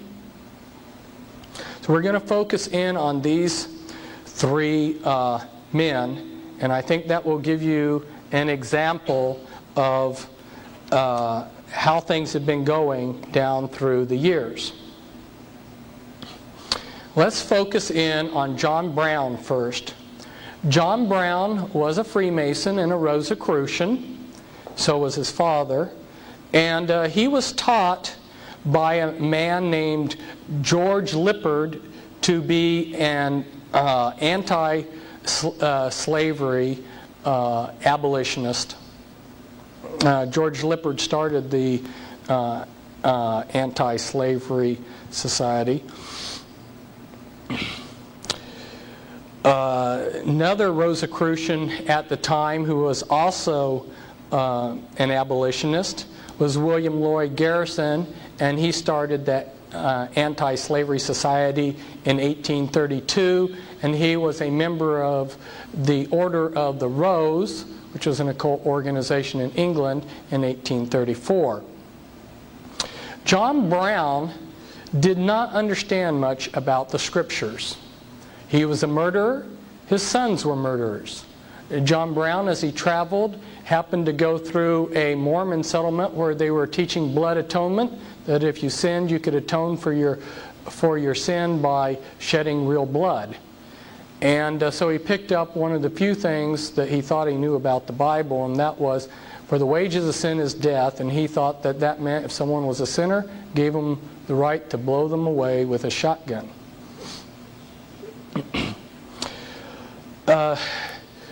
The Illuminati had decided that the United States was getting too big and too powerful and rich, that they needed to divide and conquer. There are a whole number of reasons as to why they decided to create the Civil War. One was just they love to be greedy, and war is a great opportunity to make all kinds of profit from the privateering and running drugs, because like during the Civil War, there was as great a drug problem with the population then as there is today, and morphine and things like this and opium were smuggled in, and great profits were made. So for a number of reasons, the Illuminati made their decision. There were some high-level meetings that were carried out that I could talk about, and then they had to have men to implement these decisions. There was a club called the Bird Club, which met in Boston in a hotel, and this Bird Club had a member called Senator Charles Sumner, who had gone over to Europe and met with Illuminati leaders, for instance Giuseppe Mazzini, and he came back with instructions for the Bird Club. Most of the men in the Bird Club were Unitarians. Some of you may be familiar with the Unitarian Church. Anyway, there was a Unitarian reverend named Higginson, and one named Parker, and another one named Stearns, who happened to have a lead pipe company, and if you know what drinking water that's filtered through lead does to you. And then there was another man, Garrett Smith. His father, Garrett Smith's father, had been a co-worker with John Jacob Astor I, who was an Illuminati kingpin who we'll discuss later. Garrett Smith was a multimillionaire. And another one, a member, was Dr. Samuel Howe and Franklin Benjamin Sanborn. They reversed the name of Benjamin Franklin, who he is named after. These men were conspirators to run munitions and money to John Brown to carry out armed revolution. In fact, there were even somebody brought in who was a Jewish Freemason, Amschel Bondi, from Europe, who was a professional revolutionist who was active in several other revolutions that were started by the Masons later on. And he worked with John Brown to create an armed revolution. And what's interesting is that these men put on a front of being believers and pacifists, while at the same time were smuggling weapons. Now, the next person that I would like to talk about during that time period is Hiram Grant. Ulysses Grant's actual name was Hiram S. Grant. He was named after Hiram Abiff, the sun god of the Masons. His dad was a master mason who was leader of a lodge. And Ulysses Grant's father worked for John Brown's father until he quit working with him and went into business with E.A. Collins. Well, now I need to go back in history a little bit. I'm going to be talking to you about the top 13 Illuminati bloodlines, and the Collins bloodline is one of the top 13 Illuminati bloodlines. There's a man named Francis Collins who brought witchcraft over with the Puritans. When the Pilgrims and the Puritans came over, there was large groups of witches that came over that set up congregations that were called Presbyterian and Congregational churches, but these later developed into groups like Unitarian churches. But at the time, in the colonies in that area in New England, they almost had what you would call a theocracy, and the state supported the church. And so if you wanted your church to receive money from the state, you had to be a member of the state church. So these Unitarian churches, or these witchcraft churches, of course didn't. They called themselves Puritan or Congregational churches. Later, the Unitarians separated when it was no longer financially beneficial to them, and created the Unitarian denomination and started Yale and Harvard. And they also then later merged with the Universalist Church. Well, Hiram was a very lazy, unkempt boy of no promise. And so his father, being well connected, because, by the way, I might mention that Hiram Grant's father was Jesse Root Grant, and you're familiar with the Root name, Elijah Root, those who study conspiracy. And Jesse Root Grant was of the Collins family. And being well connected, since Hiram showed no promise, they got him an appointment through their connections to West Point. When he got to West Point, they named him they gave him the name Ulysses after the Greek mythological character. Well, he came from the town of Georgetown, which barely had 1,000 people in that little village, and yet there were over 20 high-ranking generals within the Union Army that came out of that little town. There were 4 generals and 1 colonel in the Union Army before the Civil War started, and then they added to that 9 more generals from that little village alone. Had a lot of pull.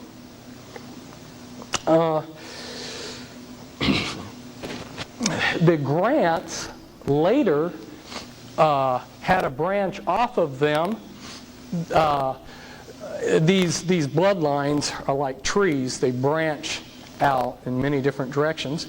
The Grants later branched into the Wheelers, and my co-author on 2 of my books was someone who came out of the Illuminati, and she was under their mind control, and her father was a Wheeler. And her great uncle, in other words, this man here, General Earl Grant Wheeler, he was a descendant of Hiram Ulysses Grant. And you will not hear very much about Earl Wheeler, but Earl Wheeler was in charge of the U.S. forces during the Vietnam War. And underneath him, or working with him, was McNamara, who was also an Illuminati Satanist.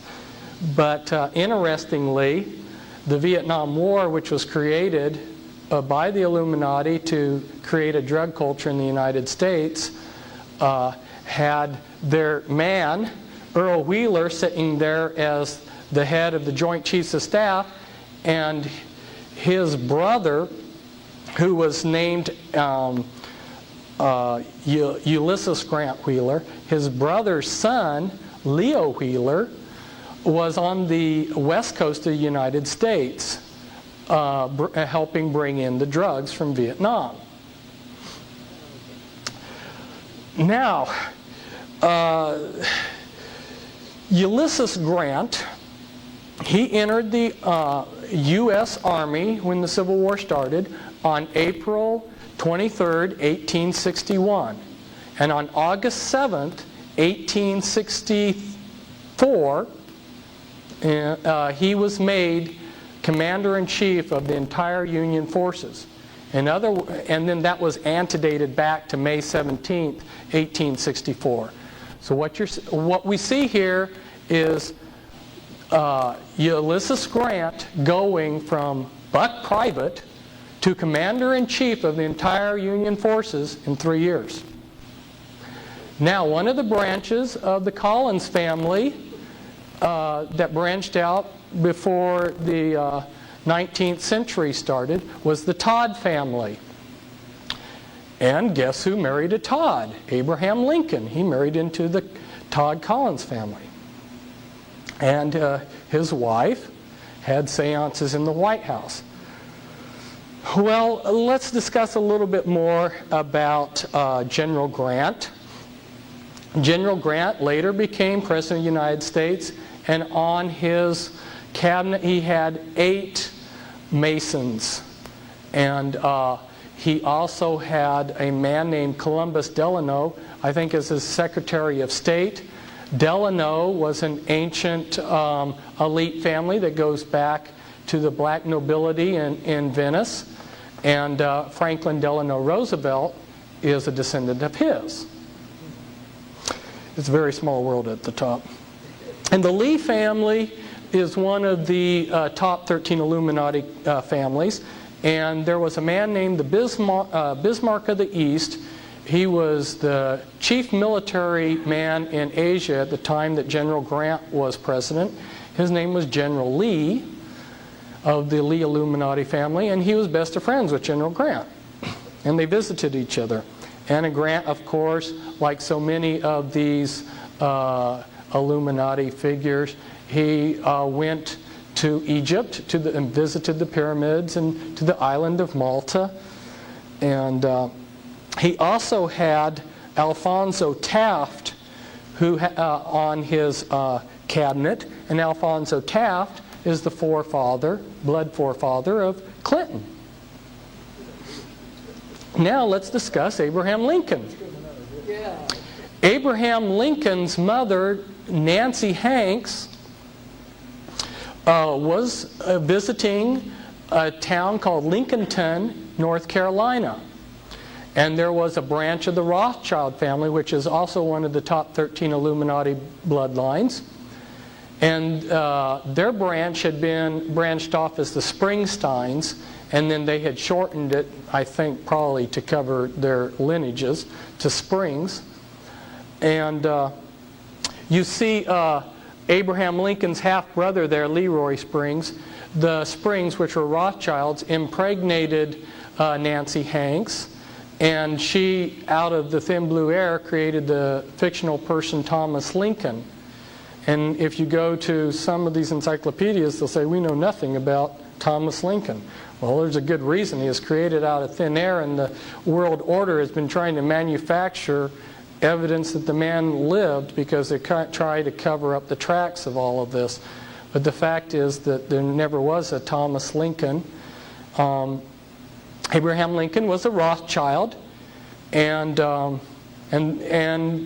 Rothschilds or the Illuminati was aware of who he was. Abraham Lincoln became one of the leaders of the Rosicrucians. He was one of the Order of the Lily, and one of the 3 men that ran the Rosicrucians in the United States at the time.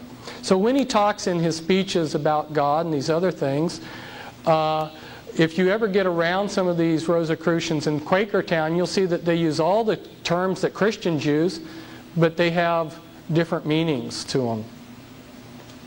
And let's take a look at Lincoln. For his cabinet, you'll find a whole lot of nefarious characters on his cabinet too. He had Salmon Chase. If you've ever heard of Chase Manhattan that the Rockefellers are associated with, well, that was named after Salmon Chase, who was Secretary of Treasury for Abraham Lincoln.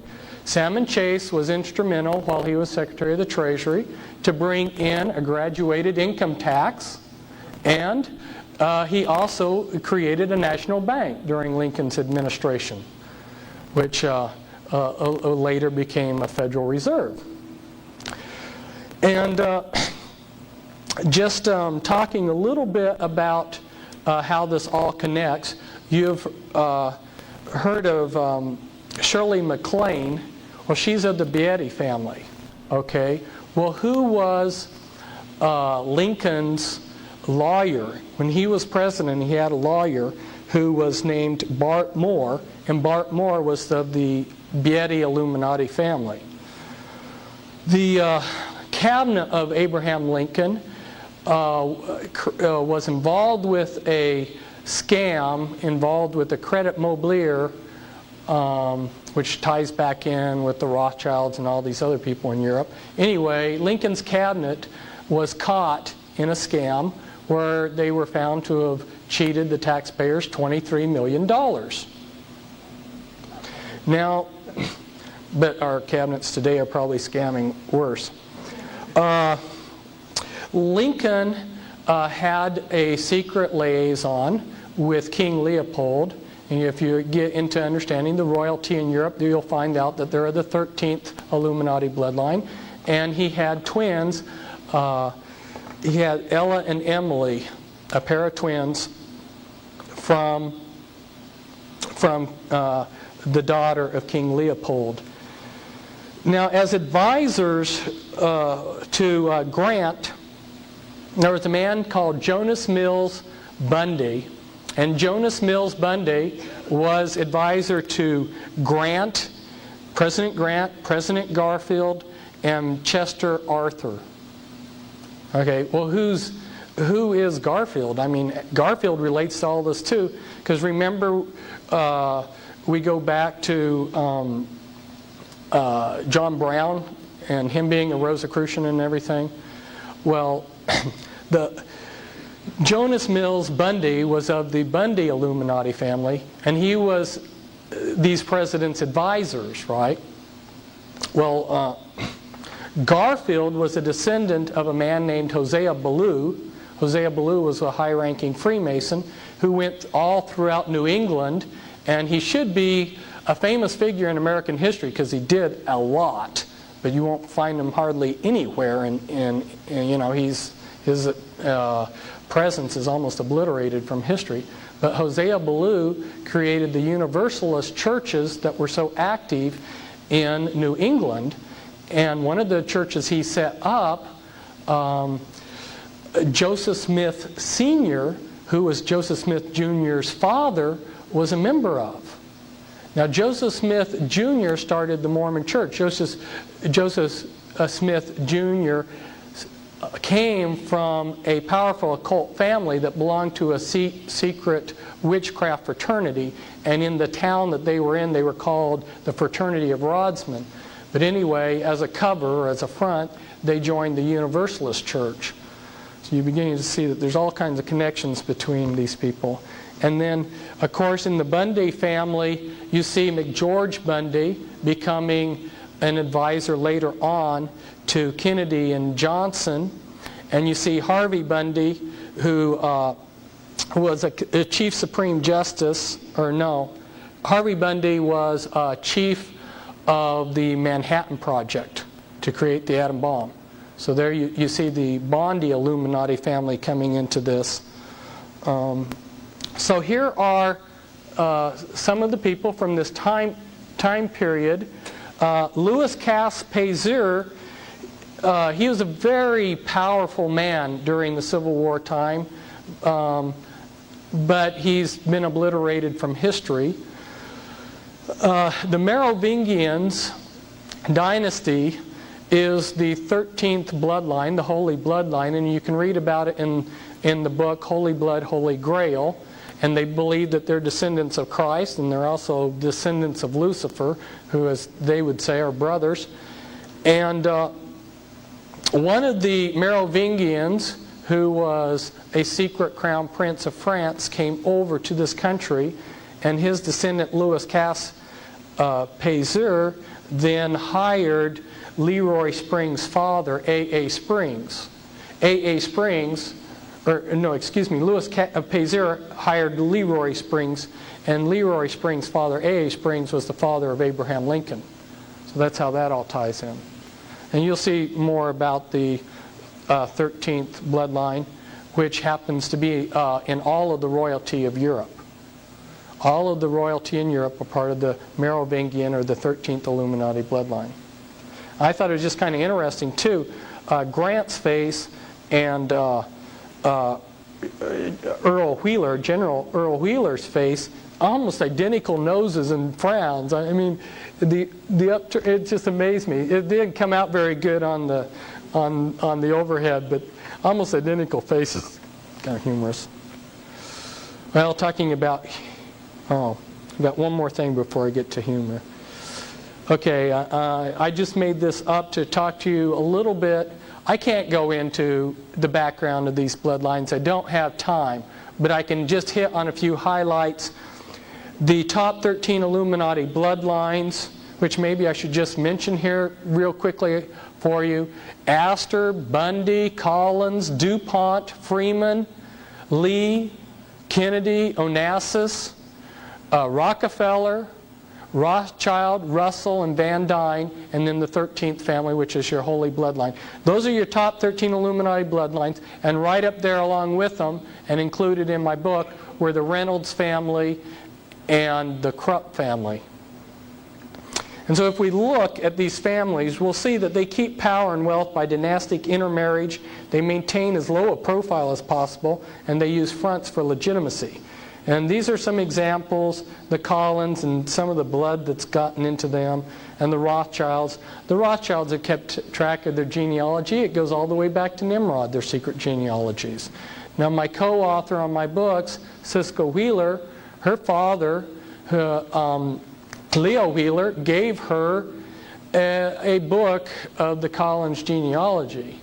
At the time she was trying to lead the Illuminati and she stuck it into a fireplace. But for people like myself, we'd like to reverse history and get a hold of it. Well, these people, they're into fun and games, and they created their game here. Actual game, it's called Illuminati, and you get to do exactly what the Illuminati are doing in the world. The goal of the game is to take over and control the world. And they have all of these cards in the game that indicate the different things that you're to take over. And so I copied a few of the cards. Well, look at this. Morticians, mafia, fraternal orders, multinational oil companies, men in black, TV preachers, Hollywood, evil geniuses for a better tomorrow. These are the type of people that you have to take over to control the world. And wouldn't you know it, the Illuminati actually does. And if you're in the military, they have a lot of manuals. They have this manual for a handbook for chaplains, and if you get it, they tell you about religions that are recognized by the U.S. military. And there are a number of chapters devoted to different type of witchcraft groups.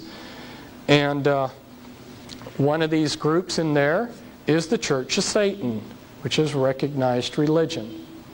In other words, if you're a priest in the Church of Satan, you're exempt in serving in the draft because you're a minister. Okay?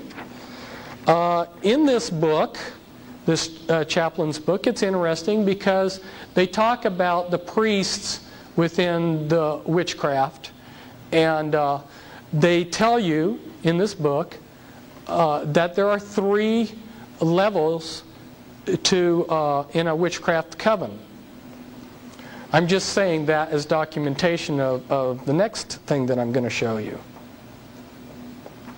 which is, that's how the Illuminati is organized, people. And there's a lot that can be said here. There's so many of these transparencies are like a week-long seminar, you know. But I don't have a week on each of them. I've tried to condense down here to show you how the original reconfiguration of the mystery religions in 1776 had 13 lifetime positions in the Illuminati, but that was too weldy. It's too difficult to go through 13 positions. So they reconfigured it around the Civil War time, and you've got 2 levels, and three components really that I should talk about. Isn't this very similar to the earlier pyramid that we showed? Remember? Where we had the broad masses and a clergy class and then secret ruling bodies? Very similar? Right? Yeah. The anarchy level. If you want to read about the anarchy level, I've got a book, Ezekiel 6:3, where I list hundreds and hundreds of witchcraft organizations and their addresses. I give hundreds of ritual sites all over the United States and Great Britain, and you can really bone up on it. And then I have a complete list of all the Illuminati standard rituals and a list of occult rituals, which every day of the year has something that could be celebrated by these people. So there's always an excuse to have some kind of witchcraft ceremony. They reconfigured things so that you've got an anarchy level and a hierarchy level. This is very good because the anarchy level is very confusing. The anarchy level are all these covens out there that have individual unique practices. None of them look related. So you enter witchcraft as a novice witch, and you become a craft practicing witch, second degree, and then you become a master witch, which is identical to Freemasonry, the first 3 degrees, right? In fact, Freemasonry's rituals and witchcraft rituals are identical, except that Freemasons leave their clothes on. Then, if you're one of the people that are selected to become a hierarchy member, and I won't go through the process, their criteria, but if you are initiated into the hierarchy level, if you're in the women's, you'll become a Sisters of Light, and then as a teenager you'll be inducted into the Mothers of Darkness, and then from there you'll become a grandmother. And then beyond that, there's special positions. Now, what's very confusing when you're dealing with people that come out of the Illuminati is that the Mafia and the Illuminati bloodlines each family has their own self-governing bodies. So within positions of power that they held. Above the standard 6 lifetime positions, you have your special committees. You've got your Council of 3, your Council of 5, Council of 7, Council of 9, Council of 13, or your Grand Druid Council. You've got your Committee of 300, your Committee of 500. They made a decision to go with 500 multinational corporations. Your Fortune 500 companies are equivalent to your Committee of 500.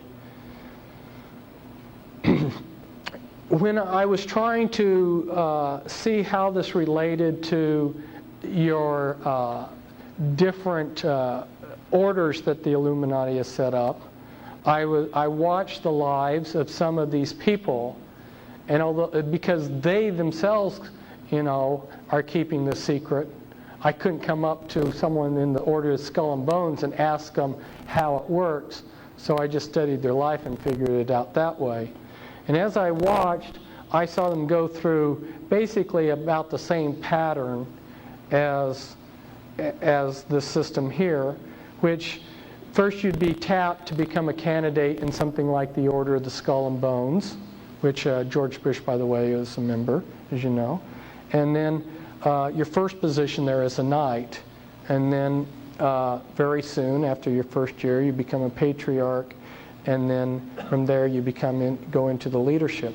Or if you watch some of these men, as they progress in life, see what I did was I said, well, I can't figure out what the levels are from looking outside in, but I can see chronologically how they advance. And chronologically, somebody's going to go up the ladder, right? You don't go down the ladder, you go up. So you just look chronologically at how these men are moving up, and you'll see that they'll join like the Council of Foreign Relations or the Royal Institute of International Affairs, and then from there they'll go to roundtable groups, and from there they'll go to the Pilgrim Society. Pilgrim Society is very seldom mentioned by conspiracy theorists, but it's far more powerful than the Council of Foreign Relations.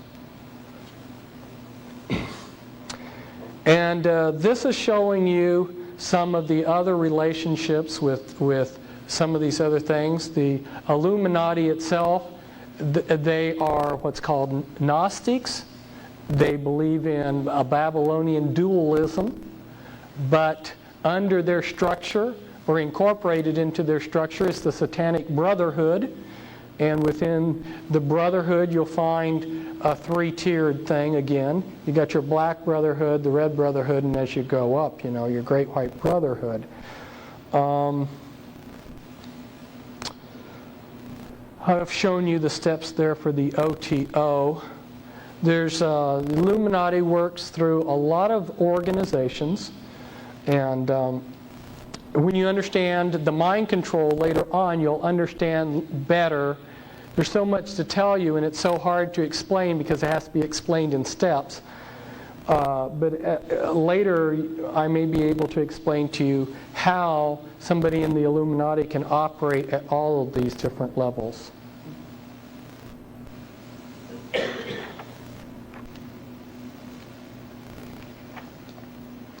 And this you have in your handout, so I won't even explain it, but it gives you a little bit of the history of how the mystery religions have reconfigured themselves. And this is a very important scripture. And upon her head was written, Mystery Babylon the Great, the mother of harlots and abominations of the earth. Babylon the Great is fallen, has become the habitation of devils, and the hold of every foul spirit, for all nations have drunk of the wine of the wrath of her fornication, and the kings of the earth have committed fornication with her. And the merchants of the earth are waxed rich through the abundance of her delicacies. Her sins have reached unto heaven, for no man buyeth their merchandise anymore, precious woods, ointments, slaves, and the souls of men. I know that the writer of this, the prophet, bounces back from second to third person as he writes this passage in Revelations 18, but I think you get the meaning here. And then he goes, Rejoice over her, prophets, for God hath avenged you on her. And the light of a candle shall shine no more at all in thee, for by thy sorceries were all nations deceived, and in her was found the blood of the prophets and of saints and of all that were slain upon the earth. Ladies and gentlemen, the most popular Protestant interpretation of this verse is that this is referring to the Catholic Church. The Catholic Church was not even in existence when most of the prophets in the Bible were slain. This is referring to the mystery religions of Babylon, not the Catholic Church. Okay? The Catholic Church is a daughter. See, what are we talking about? We're talking about the mother of all harlots. And all nations. So anybody who tries to tell you that this is a Jewish conspiracy or that this is, whatever they've got in mind, it's all-encompassing. It defies labels. About the best label I can find for it is satanic. In fact, this year we have in the Scottish Rites book, the Scottish Rite Journal. Here the author tells us, and the double eagle is one of the logos of Freemasonry. He says in this article, the Southern jurisdiction's double-headed eagle logo is just one variation of this powerful image which dates back to 3000 BC, and then as is enlarged here, as stated in Coyle's Masonic Encyclopedia and concurred by Mackey's Encyclopedia of Freemasonry, the double-headed eagle symbol first appeared about 3000 BC in the brickwork of Lagash, a city in Sumer in southern Babylonia between the Tigris and Euphrates River and near the modern city of Shatra in Iraq. Lagash was an ancient center of art, literature, military, and political power. And then these are just a few. There's many, many more countries around the world that have taken the double-headed eagle as their logo. We're talking about Babylon the Great. Now remember I talked to you about Nimrod being in the Rothschild's genealogy? Well, what Nimrod did was, remember we had Gnosticism come in. You can be saved by knowledge, and then they realized, but knowledge is power, so we can start getting ourselves a secret power base here. Well, then along came Nimrod, and his great innovation is let's make this church organized and let's unify it, because Nimrod was a great warrior. Let's take this church, organized religion, and match it to state power. And by combining state power with a religion, like you saw the Catholic Church during the Middle Ages, you have something very powerful. That is Nimrod's Babylonian system. And throughout the world, you'll see, like here, Colombia, Turkey, Bolivia, Chile, Honduras, Italy, El Salvador, Scotland, Philippines, Israel, Paraguay, Germany, Mexico, France. They all have the double-headed eagle as their logo. And there's others too, like Canada.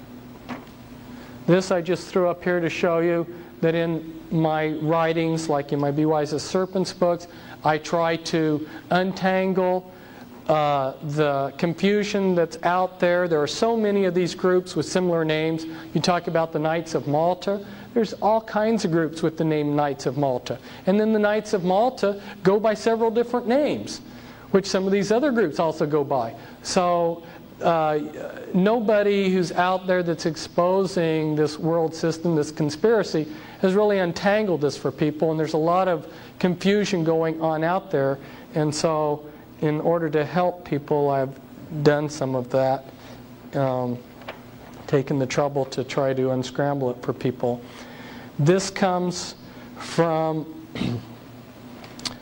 the Talmud, and this was the foreword to the Talmud. And it says, when we come to the Babylonian Gemara, which is the Talmud, we are dealing with what most people understand when they speak or write of the Talmud. Its birthplace, Babylonia, was an autonomous Jewish center for a longer period than any other land, namely from soon after 586 before the Christian era to the year 1940 after the Christian era, 1626 years. So that was a Jewish center there in Iraq for all those years down through modern history. And over here it says, a reliable English translation of the whole Babylonian Talmud has long been looked forward to by scholars. All the censored passages reappear in the text or the notes.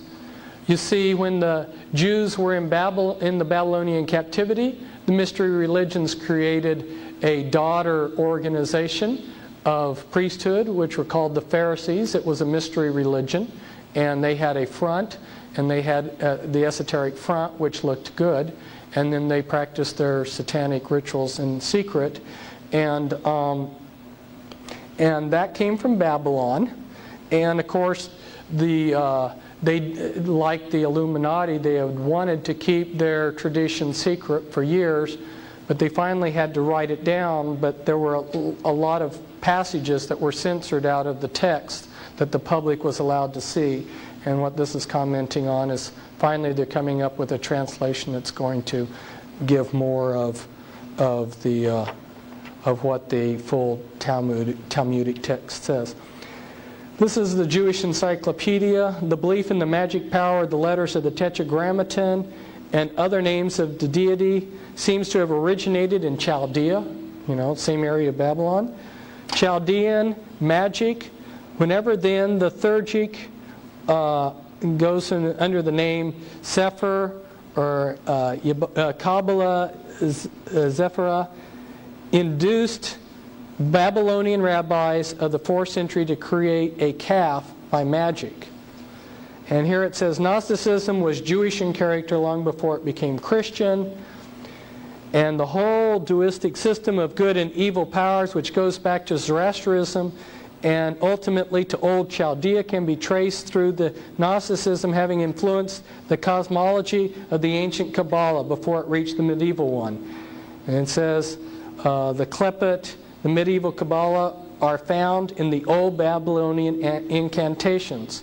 So the Kabbalah is based on Babylonian magic. The secrets of the Theurgic Kabbalah are not lightly divulged. See, that's esoteric knowledge. It's hidden. You're only given the knowledge of the Kabbalah and the Zohar and so forth in increments.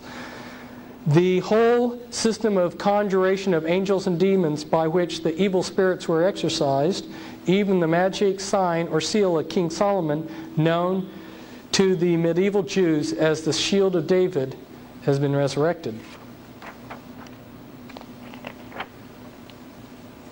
And what this is telling us here is that with the destruction of the temple, this is from a Jewish encyclopedia, the Sadducees disappeared altogether, leaving the regulation of all Jewish affairs in the hands of the Pharisees. When the temple was destroyed, the group that took over Jewish life from then up till now has been the Pharisees. And the next paragraph bears that out. Henceforth, Jewish life was regulated by the teachings of the Pharisees, which were a branch of the mystery religions. The whole history of Judaism was reconstructed from the Pharisaic point of view, and a new aspect was given to the Sanhedrin of the past. A new chain of traditions supplanted the older priestly tradition. Pharisaism shaped the character of Judaism and the life and thought of the Jew for all the future. So from that time until today, the Pharisees, known as the rabbis, have been in control. And that doesn't mean that all rabbis are evil. It's just like we go back to the tree of a tree that was in the garden of good, the tree of good and evil. Some of the fruit on that tree is good, and you'll find some rabbis trying to do good, and they will say, "Yeah, they know. If you can get them to talk, they'll tell you about the rabbis that they know personally who are Satanists and into black magic and using the Kabbalah for evil." This is just saying that the Talmud, which is the teachings of the Pharisees, which was codified several hundred years after Jesus, ranks in significance above the Torah, and the Torah are the first books of the Bible. Which if you're in a synagogue, you'll see that they keep the Torah housed. And this is from the Jerusalem Post International Edition. This was a Jewish magazine that was intended to go throughout the world. It's the International Edition. And this is written by a rabbi, and the title is The Chosen.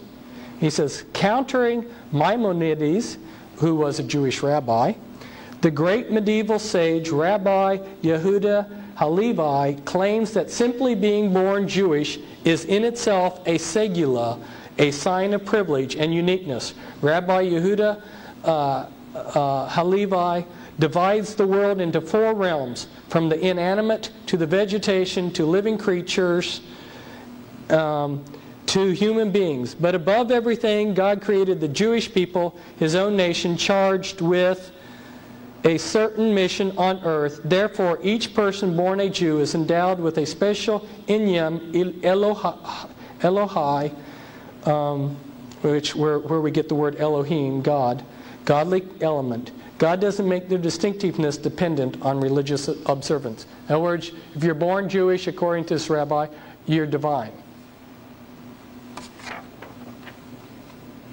And a sign that's very often seen, this comes from a Jewish magazine, and they're advertising amulets of protection for one's home or office. And you'll see over here the amulet, the hexagram, which the Rothschild family put outside of their home back in 17-something. During the 1700s, they had a red sign in front of their house with this amulet to protect their home. And from that sign, they got the name Rothschild, which means in German, red shield, or the red sign, the red hexagram amulet sign that they had in front of their house. Before that time, they were known as Bauer. And there are Bauers here in this country who are descendants of that Rothschild lineage. So it's just Amschel Bauer that changed his name to Rothschild. These people are great at changing their names and hiding their lineages. I'll tell you, of all of the people that I have worked with that came out of the Illuminati, I so far haven't found one person whose last name matched the bloodline that they belong to. And if you know how many people are in power that have the last name, it really makes you wonder how prolific prolific have these bloodlines been? You have to understand, if you're a multimillionaire and you can have 50 or 60 concubines out there having babies secretly and hiding all these lineages, you can have a lot of offspring. And they have the power to keep track of these genealogies. Again, going back to the Civil War, the Jesse James gang, you've heard of the James brothers. Well, the James were descendants of the Rothschilds. And Jesse James' father was a soldier in the Southern Army. He was the one who fired the first shot that started the Civil War at Fort Sumter. And Jesse James was a 33rd degree Freemason. And his father was in an occult organization that the Illuminati set up to create the Civil War, which was Order of the Golden Circle. See, it's a very small world at the top. I could go on and on. It gets kind of, when you're a researcher like me, your head begins to spin when you see people like Reagan and FDR being related in some way. Now, how is Reagan and FDR related? FDR's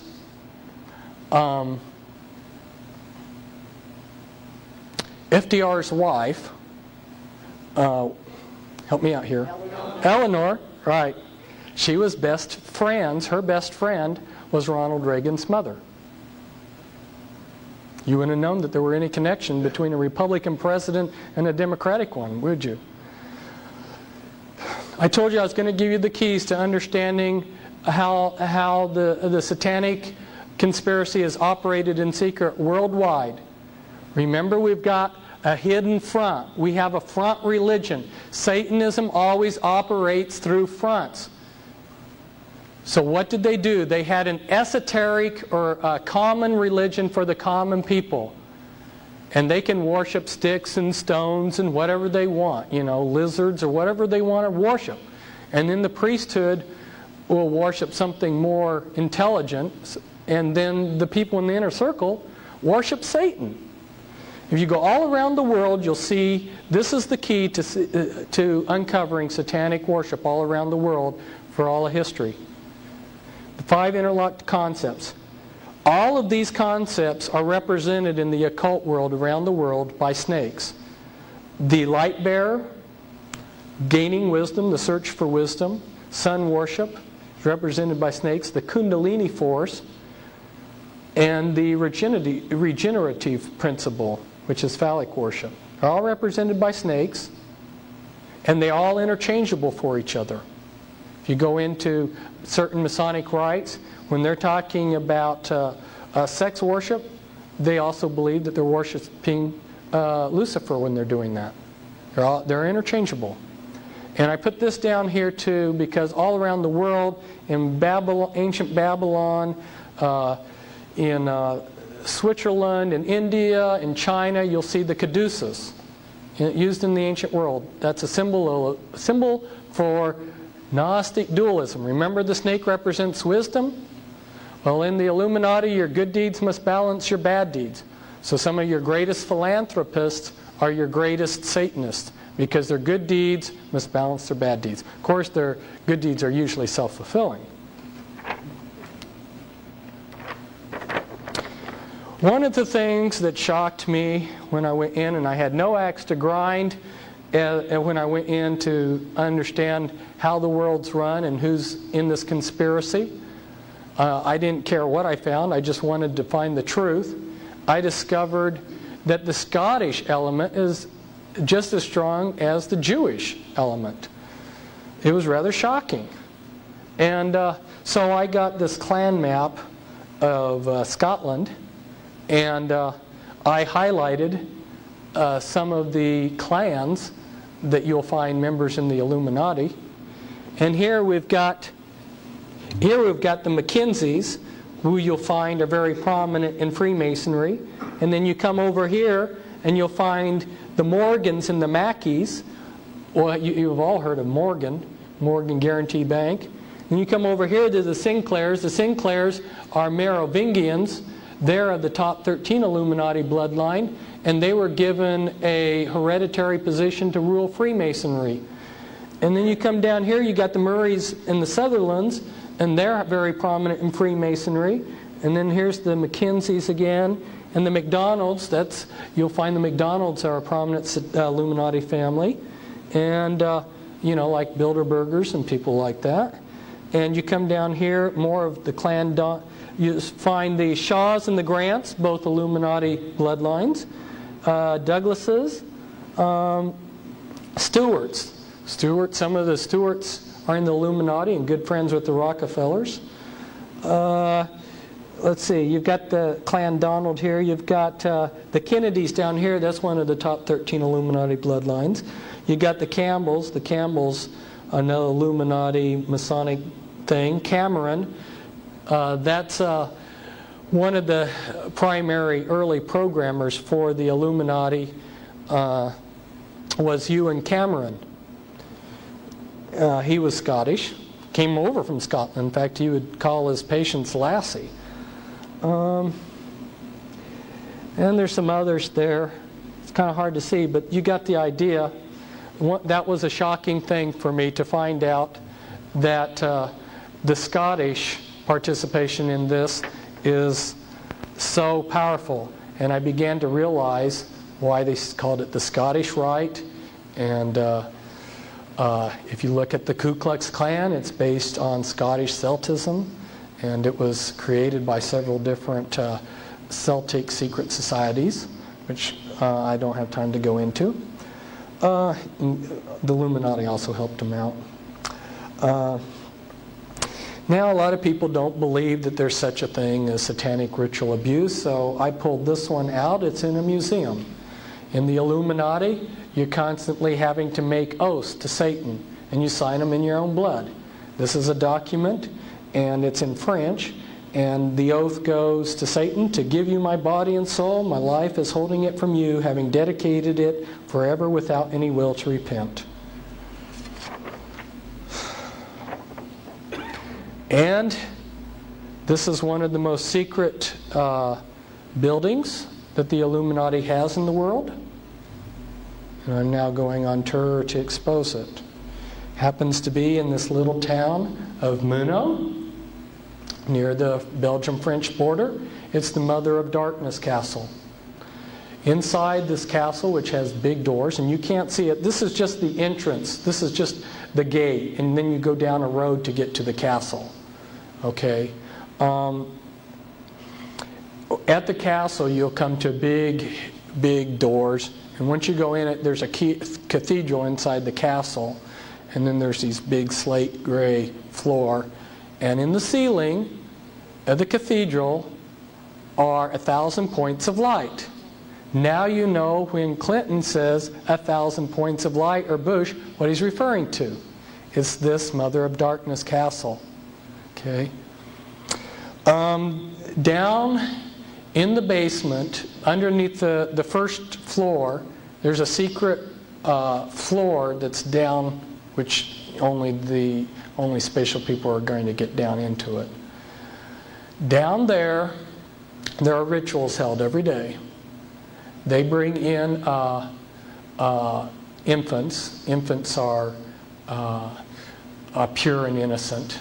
And every day they sacrifice a number of children, and they drain the blood from these children, and they write the history of how Satan's bringing in his New World Order on parchment down there.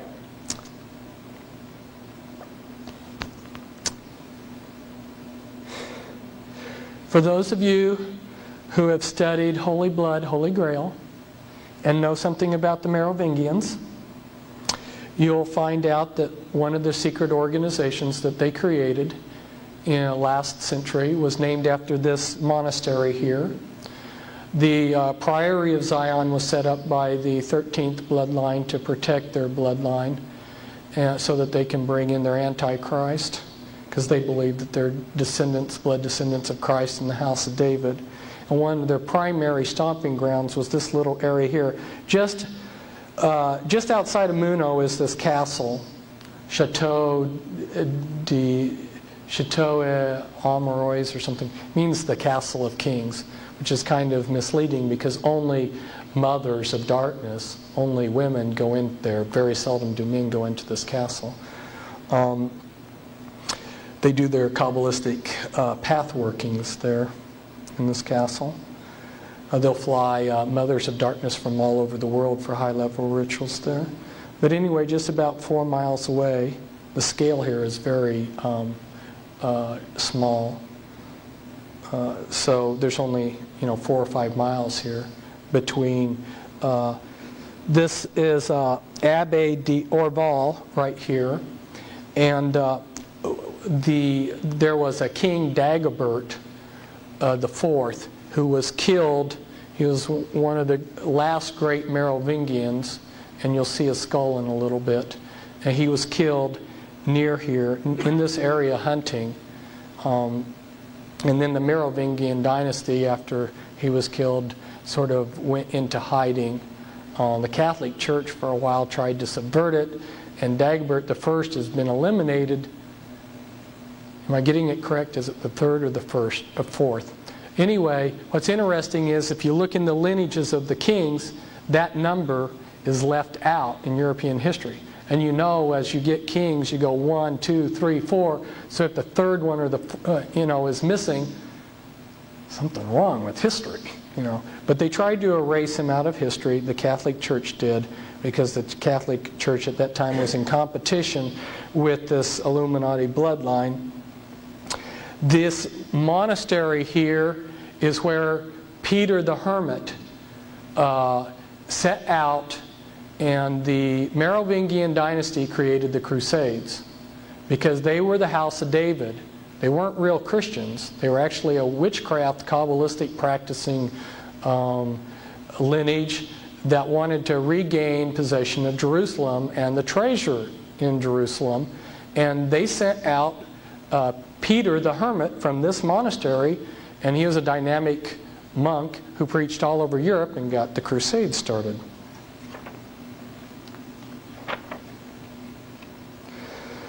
And if you're a Grand Master in the Illuminati or a Mother of Darkness, you'll do your Kabbalistic path workings of the 26 paths of your Kabbalistic Tree of Life and Satan's version of the Tree of Life. You'll go through your 13 paths of immortality, which imitate the disciples. And the final one is the Holy Grail, where you end up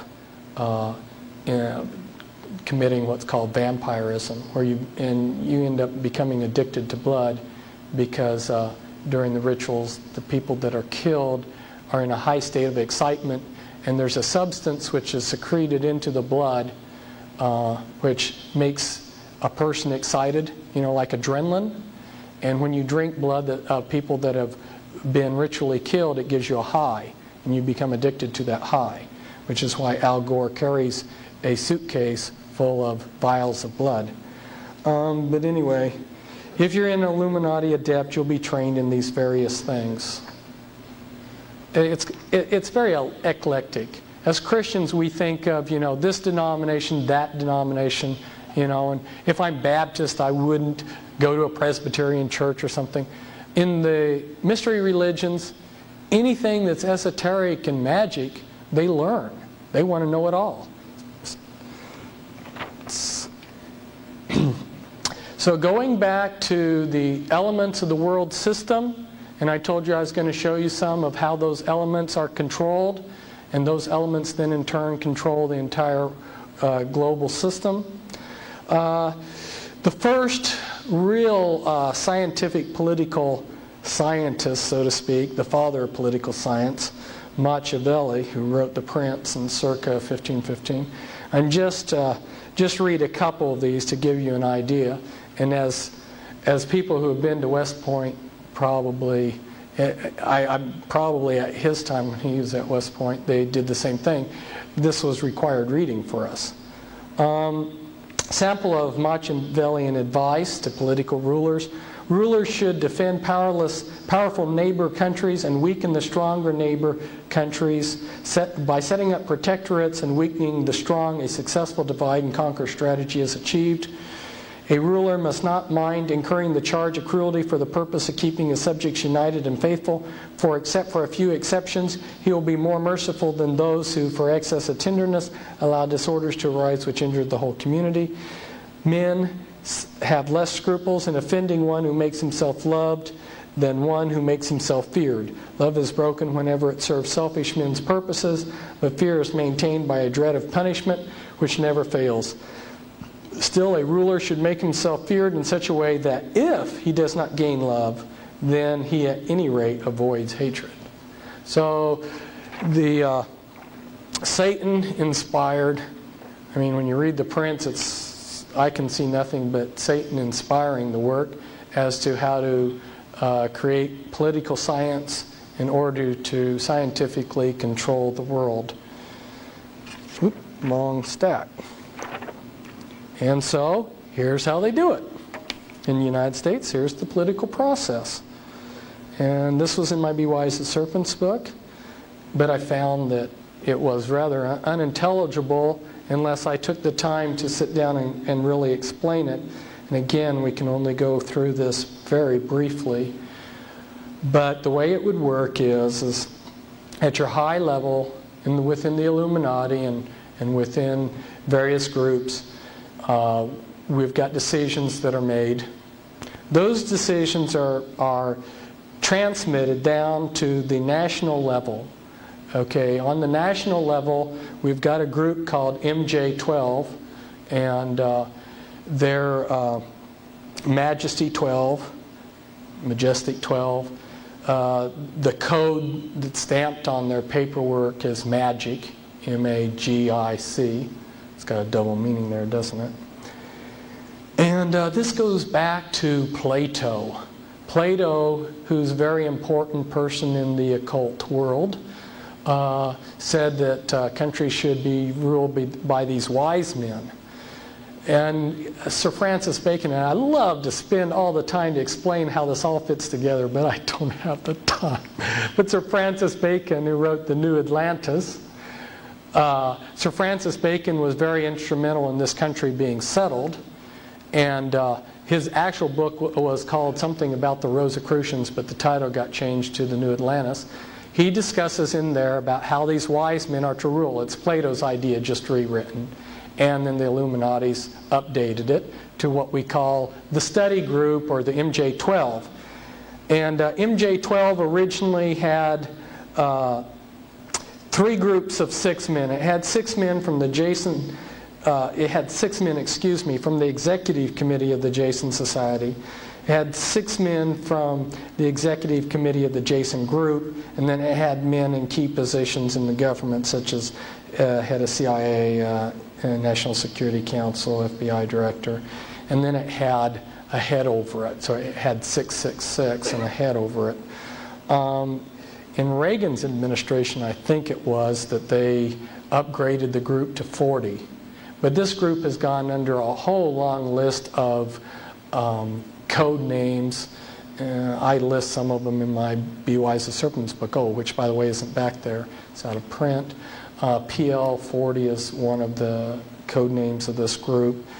They've tried to look like a leaderless group. They've tried to look like a group that's not even a group, that just suddenly, a group of elite guys happen to meet at the golf club and talk, But this is the wise men. It's the wise men concept that the occult world talks about. But they can't make all the decisions. A group of 12 men or 40 men can't make all the decisions. There's too many decisions. So they pass it down to the level 2 decision makers, which are the policy planning groups. Policy planning groups include the Council of Foreign Relations, Trilateral Commission, Brookings Institute, the Business Roundtable, the American Enterprise Institute, the Population Council, Resources for the Future, Urban Institute. These people make decisions. Okay, but they can't make all the decisions still. There's still more decisions. So there's intermediate group. They pass some of the decision making on down to the research policy planning groups. And I've just listed a few of those. The RAND Corporation, the Stanford Research Institute, and the Hudson Institute. So let's say the Stanford Research Institute has been given a problem, they formulate an answer, they pass it on to the Council of Foreign Relations. If you look at the way it works, Council of Foreign Relations almost always rubber stamps the decision. But it has to be rubber stamped before the Illuminati act on it. Okay? How does this work? Okay, the decision is made here, and then it's transmitted to the decision makers. Okay, but they want us to ask them for what they want to do. It's a big, long process. They don't just do it. Okay, so what they'll do is the President of the United States will say, or some other leader on some administrative council or something, they'll say, we have a problem. We need to get answers. We're going to create this research project or this research group to research this project. So then this group starts with all kinds of millions of dollars of funding, and they research for 10 years, and they come up with piles of research that researchers even like myself aren't going to wade through with their final conclusion, which, by the way, happens to be what the decision was made years before anyway. So then the newspapers, which are controlled by them, these are your opinion makers, who intelligence agencies, national news media, and government councils, they'll start broadcasting what this decision was. These people studied this problem, and this is the best advice. This is the answer.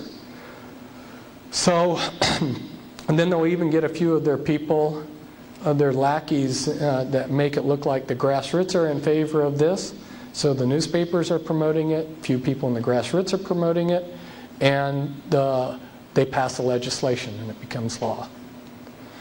And if people don't want to go along with the plan, they always have their covert enforcers. They have all kinds of people in all different kinds of locations to pull the strings, that if there's rough edges, they smooth it out. And this is behind the scenes. The Illuminati have their area boards set up all over the country. They set up, they divided the country into 10 area boards, which are approximately 13 state area per area board. Or I take that back. There are 4 areas of 13, and those areas then are broken up into area boards. Now, what is an area board? In this area, you will have the leaders of occult groups that are part of the, definitely directly part of the Illuminati system. They will be allowed to send representatives to the secret area board. There isn't a fixed number of people. And when they have their area board meetings, they will coordinate their activities of these different occult groups. This is why you looked over in Japan and you saw the Church of Scientology, I believe, that sent recruits over to that radical Japanese group that was doing all of the chemical bombings in the tunnels and everything. See, they swap members back and forth. If they need to shift members to a new group, they do it, you know. This is how they coordinate their activities on the occult area boards. So when they wanted to create federal regions, guess what model they used? They just created the federal regions in the approximate locations that their occult area boards were already operating in.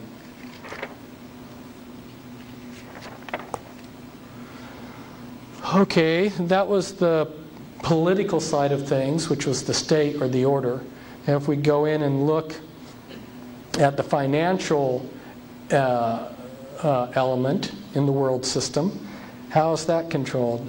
This was a page, and they've tried to keep this very secret. This information is not out there in very many places. Wasn't out there, but fortunately we have it. They created fractional reserve banking, the Federal Reserve System, and the stockholders of the Federal Reserve System are listed here in this listing. And if you can see some of the names there, you'll see Morgan, Rockefeller, Pine, Reynolds, Warburg, all Illuminati families there, Hummel, and these people own the stock of the Federal Reserve. When the IRS collects our taxes, the first check that they write out is sent to the Federal Reserve to pay the Federal Reserve, which is a private corporation, for the use of their money. And that check is billions of dollars. It's a huge check. So I can't remember now the figure off the top of my head what it is we pay in interest for the privilege to use the Federal Reserve's money. This is just like Federal Express. Federal Express is not part of the government. It's owned by the Rothschilds.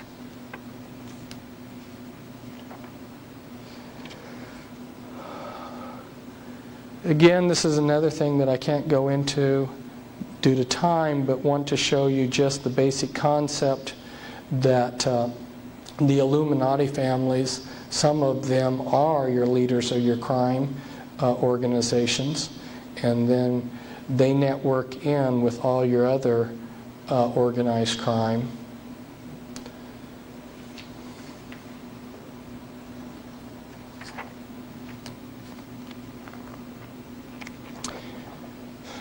Remember, we talked about health and markets and things like this. This is some parts of the Illuminati control over the world's grains and food. Societe Generale, holding company that was set up by the elite. They use a lot of holding companies. One of the ways that they discovered to keep your business coordinated, let's say you have 5 sons, you place each one of those sons into a different business, and then each of those businesses are controlled by a holding company. Nobody can even see that these 5 companies are interconnected because they don't know about the holding company. We've got management over here, see some of your leading families over here, and then I go into some of the important companies that, like Archer Daniel Midland Company, your hide cartel, your grain cartel, for instance, Iowa Beef, and then you've got your enforcement, your government enforcement groups, like the USDA, which if you're not a company within the cartel, they can use the laws to destroy you. And then the manipulation, like the weather, which is, again, another vast subject. But this is maybe a poor representation of the way they're controlling weather. There's not a whole lot of proof here on a vast subject, but I just grabbed something real quickly. Zbigniew Brzezinski, who happens to be somebody who's one of the controllers of slaves within Monarch Project that we'll talk about later, he talks about how weather manipulation can be employed as a weapon in his book, Between Two Ages. This is another one of my charts. This is showing how healthcare is controlled. You've got your basically three different groups. You've got your patients and your public out here. And they're controlled because the resources that people have and your knowledge and the available care are all carefully controlled. And your doctors, they're controlled because their knowledge and training is very carefully controlled. And their resources are controlled. And their licensing and certification are controlled. I go into this in depth in an article, but this just sort of encapsulates what the article does, and then I'm just sort of encapsulating what this encapsulates. And then you've got the legal system controlled to enforce all of this, and you've even got some secret illegal groups out there to destroy doctors who don't conform to the medical monopoly.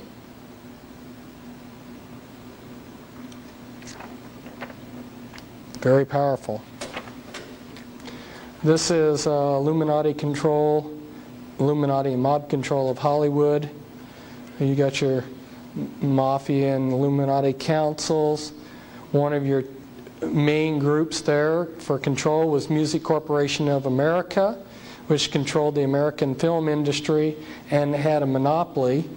And they got a monopoly because they made a sweetheart deal with the unions. And under Ronald Reagan, he cut a deal with MCA, a secret sweetheart deal with the Screen Actors Guild. And the American Federation of Musicians, too, cut a special deal so that the non-Illuminati competition got cut out. And then I mentioned here, down here as an example, your Rat Pack, which are, you probably, if you followed Hollywood and actors, you've seen who the Rat Pack is: Dean Martin, Frank Sinatra, Sammy Davis Jr., Peter Lawford, and Joey Bishop. These are men that are connected with Satanism and the mob and mind control.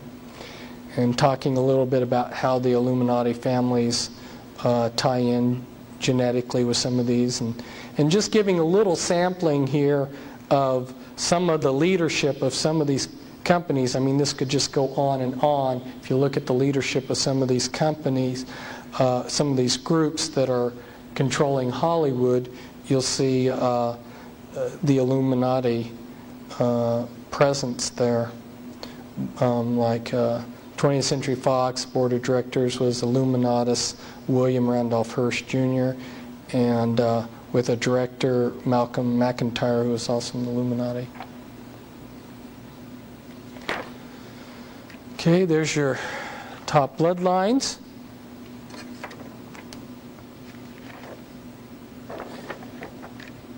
This was Joseph Smith Jr. He was Joseph Smith Jr. and all of the leadership of the LDS Church in Salt Lake City and the RLDS Church have all been of one bloodline.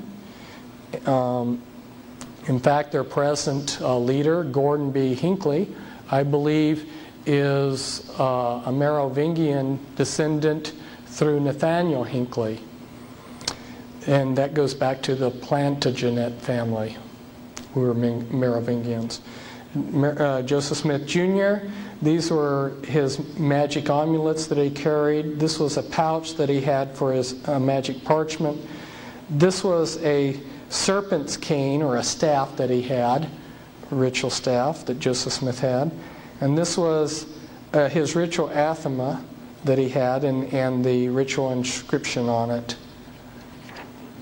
Joseph Smith Jr. created a high rite of Freemasonry. And he got some of the Freemasons upset in his area, and they murdered him. This is a seer stone, a magic seer stone that Joseph Smith Jr.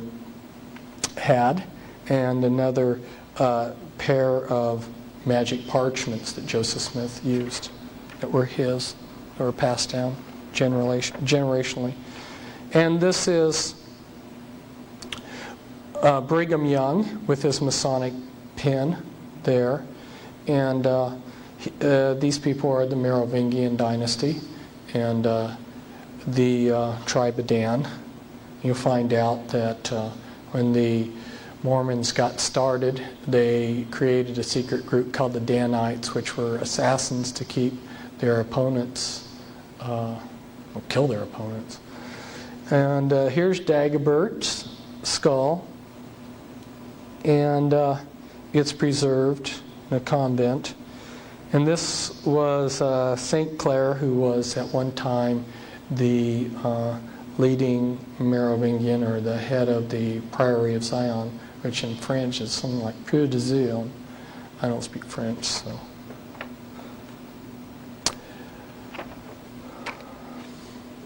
There's Charles Taze Russell, who was a Knights Templar.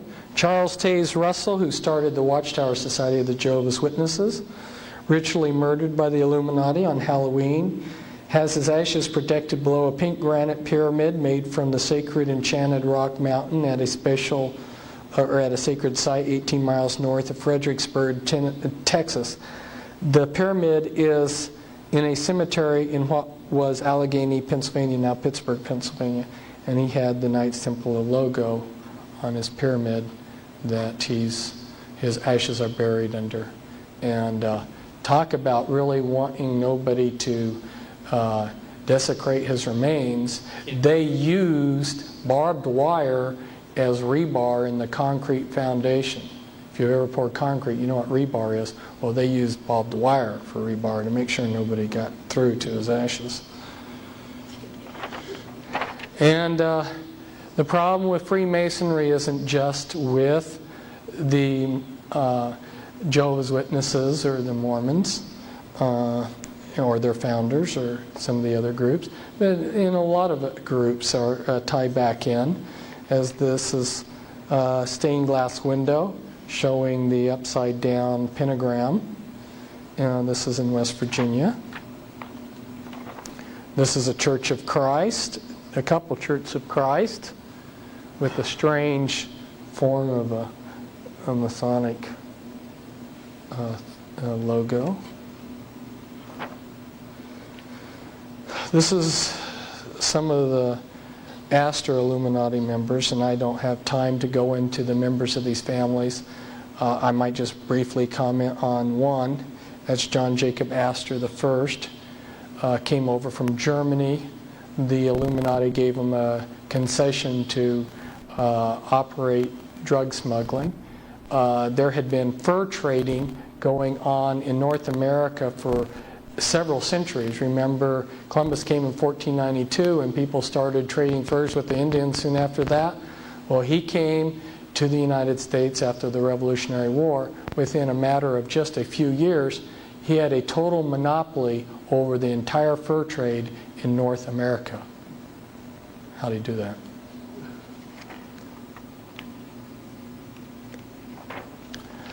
This is a DuPont Illuminati, representing the DuPont Illuminati bloodline. You recently had one of them in the news, but for the sake of time, maybe I'll just make a little comment about them. The DuPonts have been part of the military establishment. They have produced the gunpowder for the United States since before the War of 1812. They have made millions of dollars every war that we've fought, and they are also major producers of chemicals. There isn't any day that you go through life where you don't use materials that aren't every day of your life you're touching materials that their companies have made. It's that extensive, their contributions to our lives. This is a Freeman Illuminati family. Gaylord Freeman, he was at one time the head of the Priory of Zion, the 13th Illuminati bloodline. He was an advisor to two presidents, and Roger A. Freeman was also advisor to two other Freemans. Also advisor to two other presidents. And then this is a picture of one of the Freemans that's in the Skull and Bones order, which is just one of the many groups that the Illuminati have set up in many of the college campuses as an entry point into the Illuminati. This is the Kennedy Illuminati bloodline. Kennedy, as so many of these occultists, made his pilgrimage to the Great Pyramid.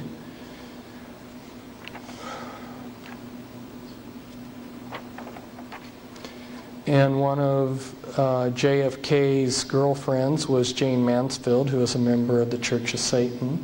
Another close friend of John F. Kennedy was Sammy Davis Jr., who ran with the Rat Pack, and he was also a member of the Church of Satan. There he is with Anton LaVey. And the first Kennedy in history was named Brian Boru. He was also had the name Brian Kennedy, and he was the ruler in Ireland, and from his royal seed came a lot of other aristocratic Kennedys throughout history. And I brought this in because I'm wanting to talk about Illuminati mind control, and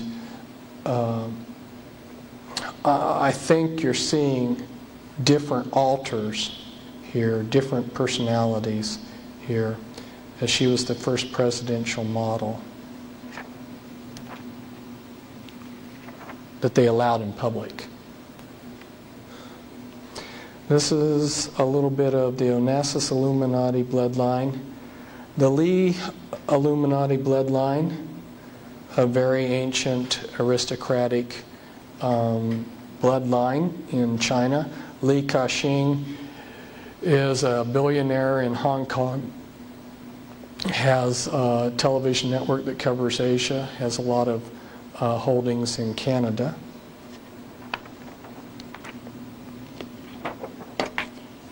Rockefeller Illuminati bloodline.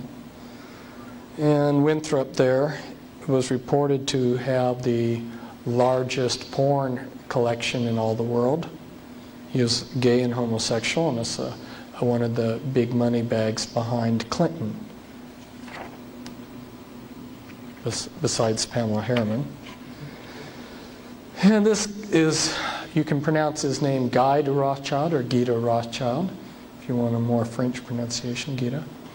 I believe that from working with high-level Illuminati people that he is either the father of the Antichrist or the father of the Antichrist John the Baptist. And this is one of his homes, his son David. And yes, he is alive today. These are just some odds and ends of the Illuminati. That's Hitler's grandmother. She was a maid in Vienna for the Rothschilds and was impregnated by them. Hitler's father was paid money to change his name from Schicklgruber to Hitler, which had an effect of hiding Hitler's lineage. Hitler was a Rothschild. And that's Marquis de Lafayette. Remember I talked to you about the Scottish connection. Scotland and France were buddy-buddies down through history, and Marquis de Lafayette came from an area in France known as Brittany, which is Celtic, and ties very closely in with the Scottish Jacobins and so forth. Russell Illuminati members. There's our much beloved president doing a hypnotic induction of slaves with the sign of Satan. And this is Bertrand Russell. The Russells were an aristocratic family in England. The Russells have been very prominent in helping set up a lot of religions and other groups. William Huntington Russell and Samuel Russell were involved with drug trades and setting up the Order of the Skull and Bones, which was created, by the way, at Yale, Yale being a Unitarian college that already had Illuminati secret societies at it before Yale came.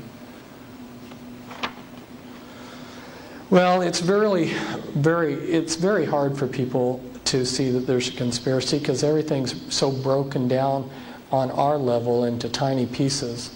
So I thought if I went in reverse, it might help people see how all of these fragments connect into the whole.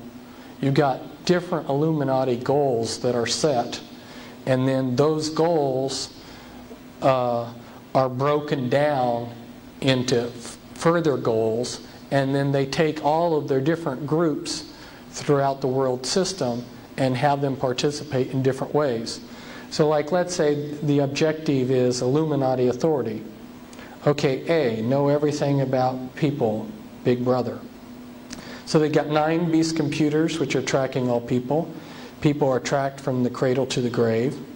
The IRS, the Jesuits, and other people have a complete memberships of all types of churches on their computers. The LDS are compiling on computer the family histories of everyone alive. The Mormon Church has made it the primary duty of all Mormons to do genealogy work. And they have gone to every nation in the world, and even nations like Red China have allowed them to go in and photograph all of their records. And they have brought these records back, and you'll see where they keep them in a minute. And the task of assembling the backgrounds on everybody is so monumental that they're even secretly getting students in the public schools to participate in this work. Then you get your CIA, IRS, FBI, NSA records of all potential opponents to the New World Order. Got Social Security numbers and Social Insurance numbers to track all people. You've got banks and crediting keeping track of people. You know, when you're making a transaction on your ATM in a few seconds, it's recorded in the Beast computer. And then you've got your 911 numbers. And they have detailed information on people in the 911 system. This is a good example to show you how different components work. The Grange, which is a fraternal organization for rural areas, it looks rather innocuous. It doesn't look very harmful, but you look at their logo and it's kind of interesting. It's the Illuminati all-seeing eye. And when the Illuminati wanted to keep track of people, what they did was they called on a favor, and of course the Grange was set up by Freemasons. That shouldn't surprise you.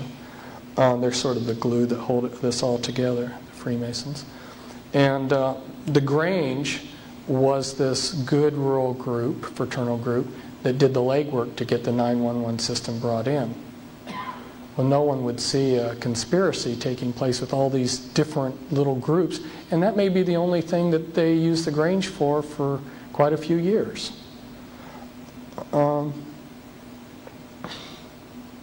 What's strange about that? I mean, what's negative about that? In the 911 system, they can record anything, and they do, about you. What you like for breakfast. You know, what kind of clothes you wear. Anything can be put into the 911 system. There is no criteria on relevancy, anything. It's a nice way for Big Brother to accumulate on computer all that they would want. And then you've got them monitoring most mail opening operations, and most phone conversations are recorded. I say most there. That's an understatement. All electronic communication in this country is monitored, and that's by the National Security Agency, and that's a big subject in itself. But it came out in the 1960s that they were doing this in the paper, but they stick these little things in the back of the paper in little articles, and then choose to ignore the significance of them for the rest of the years, and people forget about them. But during the Israeli-Arab War in 1967, to give you an example of the military capabilities of the world system, they had voice prints of every Israeli officer and every Arab officer too. And if you can imagine, when a war's going on, you've got all these people with walkie-talkies and radios and everything, and an American spy ship is off the coast of Israel, and it's picking up all of these thousands of signals, and it's just a spaghetti mix of signals. Their computers can take and unscramble all of these signals, tell where they come from, and because they have every officer's voice print, they can know via the computer who's talking. So they knew during the entire war where every Israeli and Arab unit was, because they knew the officers that went to those units, and if they got a transmission from such and such geographic site, they knew that that officer's unit was there. And you can trust me that they have people like myself, my voice print.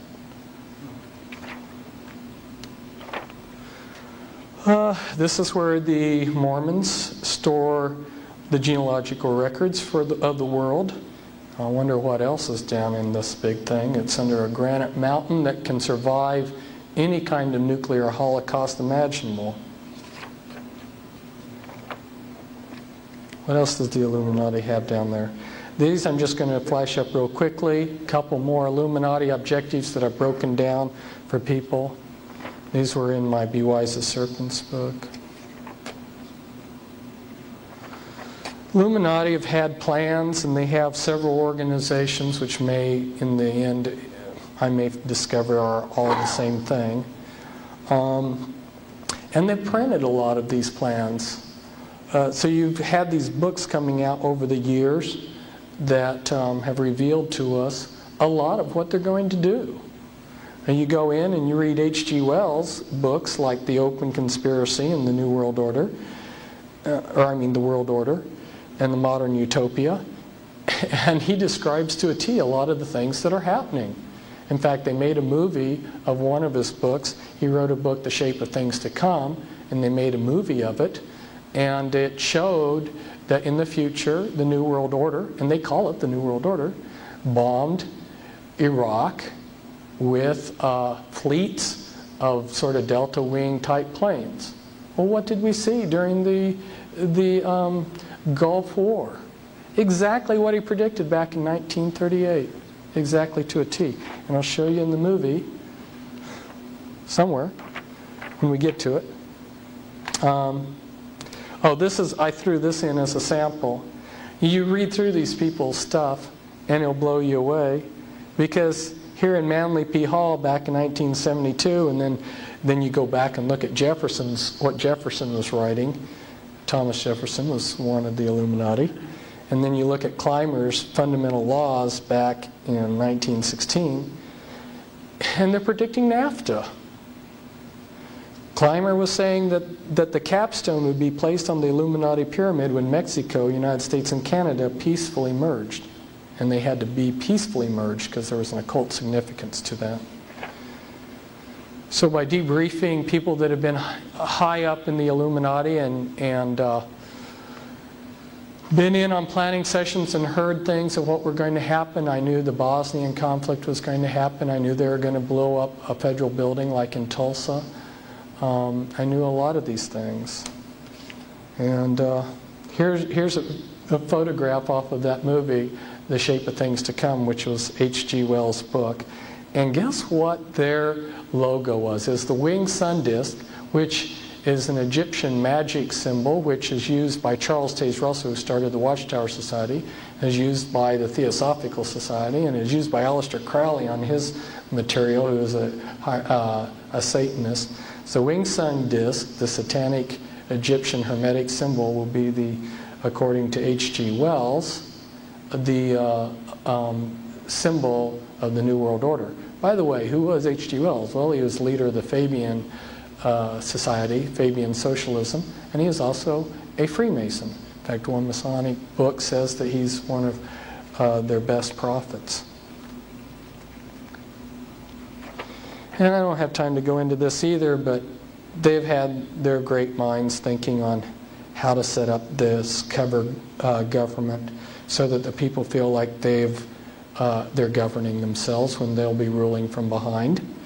And, they'll set up the House of People and the House of Counselors and the House of Nations, and then they'll have these various groups, the World Judiciary, the World Executive, the Enforcement System, and 20 World, a council of 5 World Ombudsmen. And then you'll have administrations and agencies to integrate your world government. And the people will be very happy that they will think that they're ruling themselves. Now we're coming to the most important topic. And everything I've said up to now pales in insignificance to what I have to tell you about now. And that's the Illuminati's mind control. And it was such a vast and important topic that spending an hour or 2 hours or 3 hours doesn't even begin to open up the subject. And so that's why I haven't spent all this time talking on it, is that I realized that it's just too vast. You've heard New Agers talk about a paradigm shift. When you understand the ramifications of the Illuminati's mind control, everything that you knew about human behavior and how you looked at people and rated them is obsolete. Okay?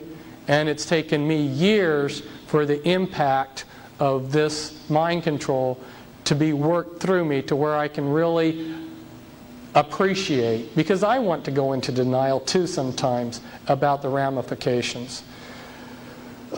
This is from the New York Times, and what this is talking about is back in September 2nd, 1977, Admiral Stansfield Turner, who was director of the CIA, went before a Senate committee that was investigating things, and he admitted, yes, the CIA has been conducting mind control on countless numbers of innocent victims and it was being done without their consent.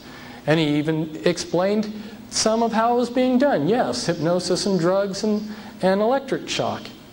And he even talked some about how extensive it was. There was 80 important American institutions that were involved in this.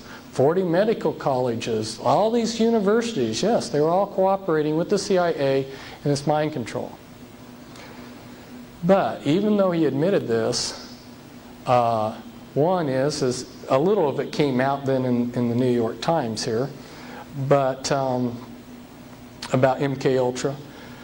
But they still did a good cover job, and the American people really didn't get a full ramification of what's going on.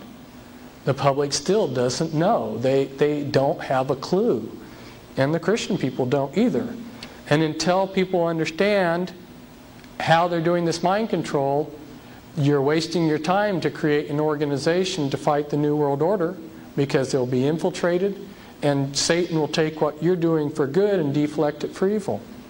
Here in one of the programmers, Dr. Lewis Jolly, he's called Jolly West, they're mentioning him here as one of the CIA's known programmers in this. Well, books have been coming out.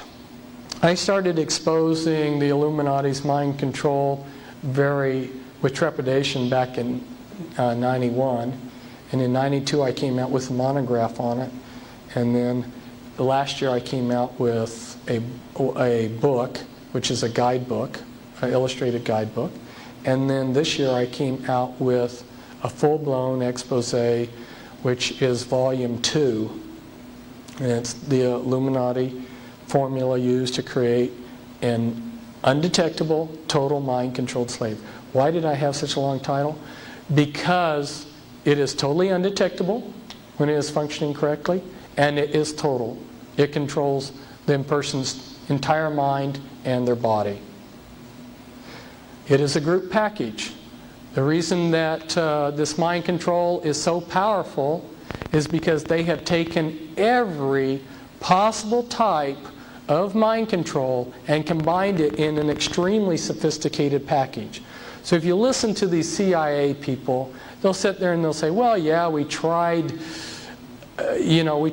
doing this type of mind control, but it only worked in like 60% of the cases. And so we couldn't do it, we couldn't use it. We tried this, and behavior modification only works in a certain percentage, Well, what they're not telling you is if you take this method, which works 60% of the time, and this method, which works 60% of the time, and this method, which works 70% of the time, on down the line, and combine a sophisticated group package, you lock someone in totally. Now, one of the elements of this mind control is to create programmed multiple personalities. This person here is my co-author, and these are pictures taken within a short period of time. Here you're looking at one of her front altars, and this was an altar that was created to be what we would call like a madame. And this is one of the sexual altars that shows the abuse, a squinting eye. An altar is an alter personality. We'll explain that a little bit later. And then this is a very talented sexual alter. She likes she likes this picture because it's got a mirror image. They use a lot of mirror images in the programming. And she was programmed to see herself as a cat. There's a lot of dehumanization done in the Monarch programming. What they do is they work off of the principle that the mind is a supercomputer. You've heard that analogy made before. And just like what they had to do to make computers worthwhile, they had to learn how to section off memory so that it can't be touched. Like when you reboot your computer, it's being rebooted by memory that you can't touch. Well, the way to do that with the mind is amnesia walls. The Illuminati learned, the mystery religions learned centuries ago that through trauma, the mind will protect itself from that trauma by building an amnesia wall around it. In war, it's called post-traumatic stress syndrome. And if you have a soldier that, like let's say his buddy is blown to bits right in front of him, he may totally black out that part of his if you put a timeline, well then that particular event in time has amnesia walls around it. Okay, so through the most horrendous traumas that they can imagine, because the worse the trauma, the better it works, right? The better the amnesia wall. So through a horrendous series of traumas, they shatter these people's minds up with amnesia walls, and then they know how to go in and find those little pieces of the mind, and then they build upon those pieces. They build whatever they want, because those little pieces of the mind don't know anything except what they're shown. They only hold the body when their hypnotic cue to pull them to the front is given, unless they're a front altar.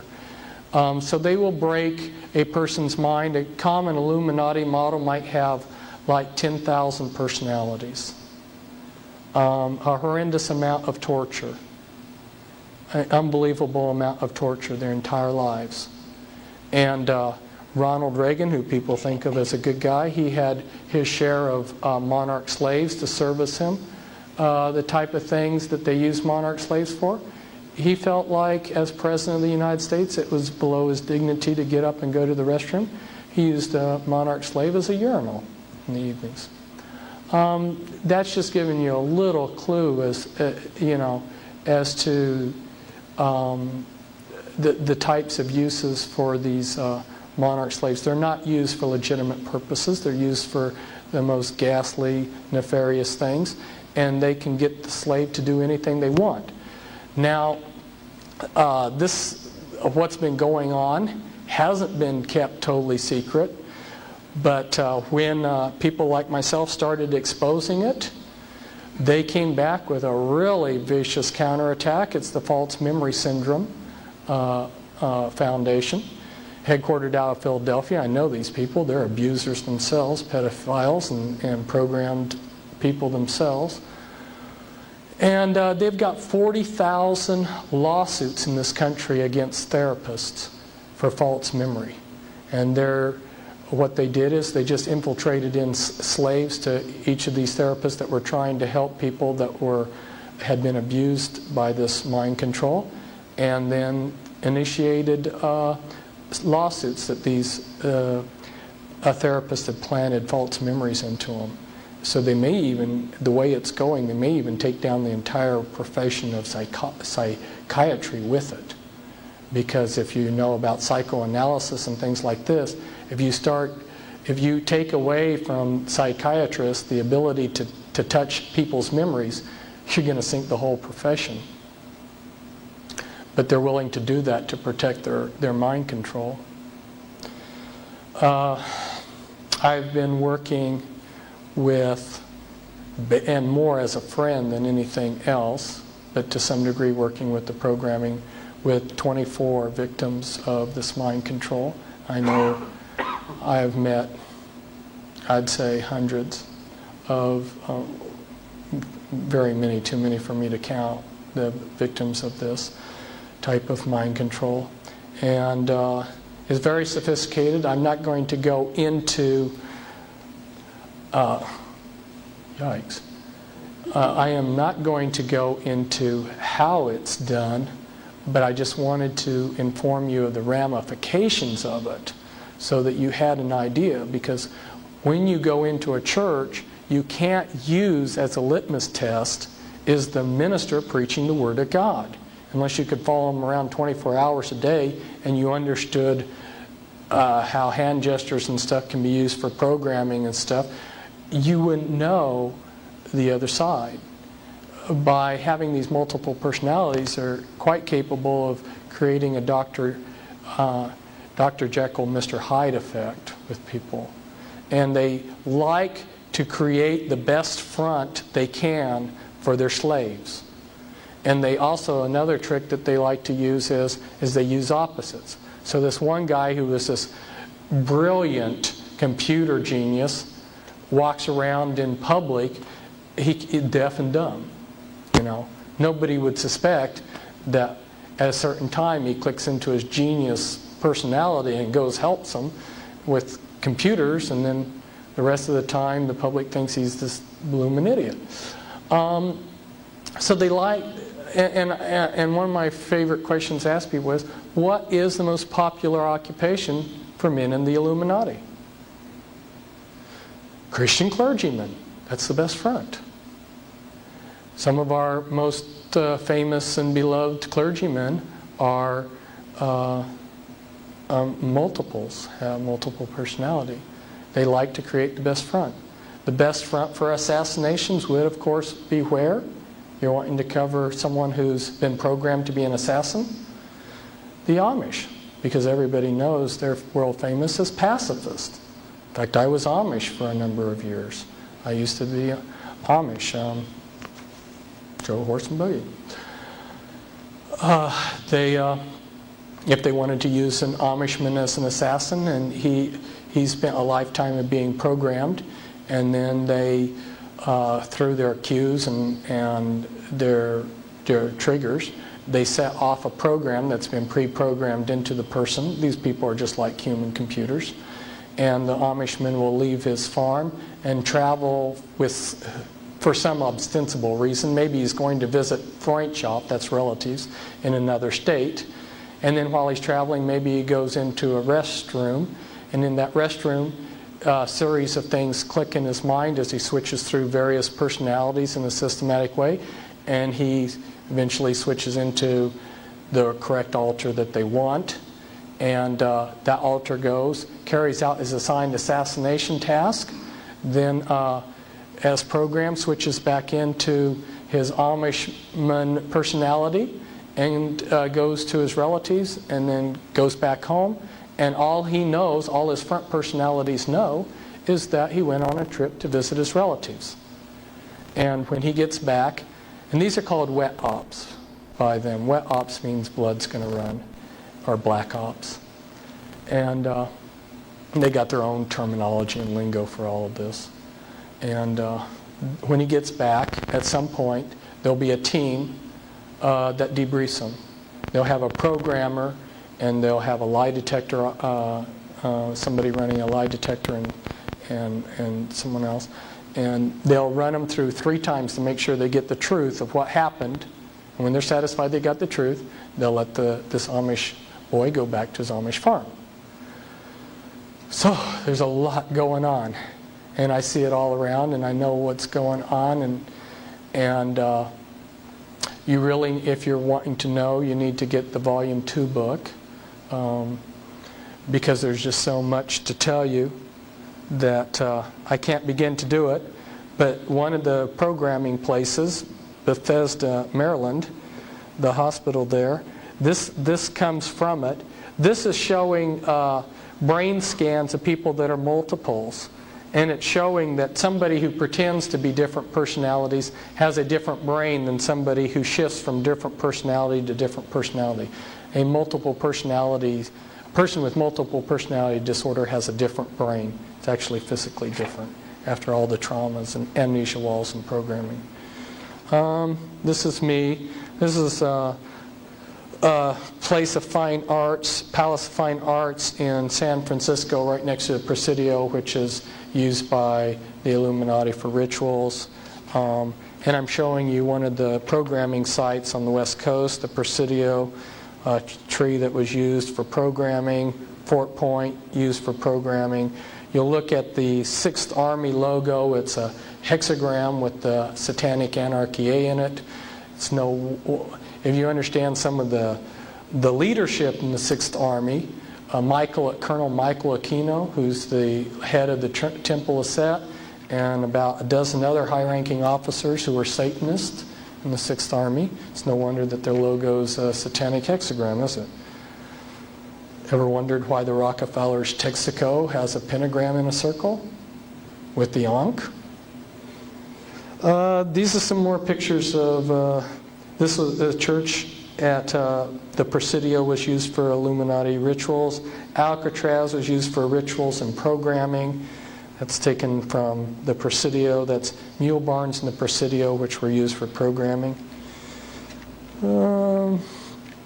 Tavistock Clinic in England, another programming site.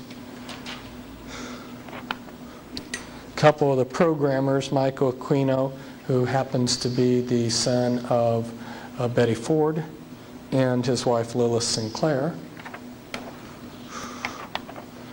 And if you look at where immigration is coming from, the top 6 countries, look, Soviet Union is 2nd, China 3rd, Vietnam 6th. These are all countries that are doing mind control programming. How many Spetsnaz agents have been infiltrated into this country? How many mind control people have come in? Oh boy, that's enough to blow my mind. And the surprise today, the surprise ending that I promised you, these are taken from American magazines, and you may have to do a double take. It's real easy to see it on the originals. It may not be quite so easy to see it on the transparencies. Reptilian eyes. Did I get that right? Yeah. All of these pictures out of American magazines, reptilian eyes.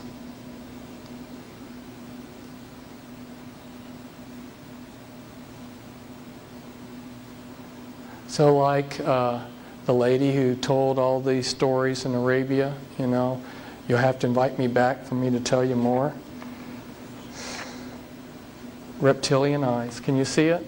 You see what I'm saying? Look up here at there. Do you see how the eyes are reptilian?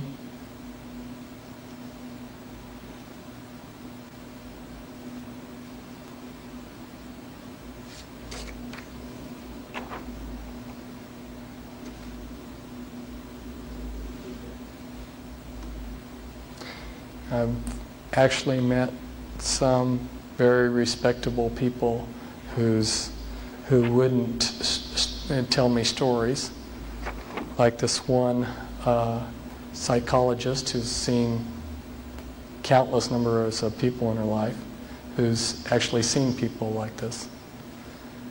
Okay, thank you.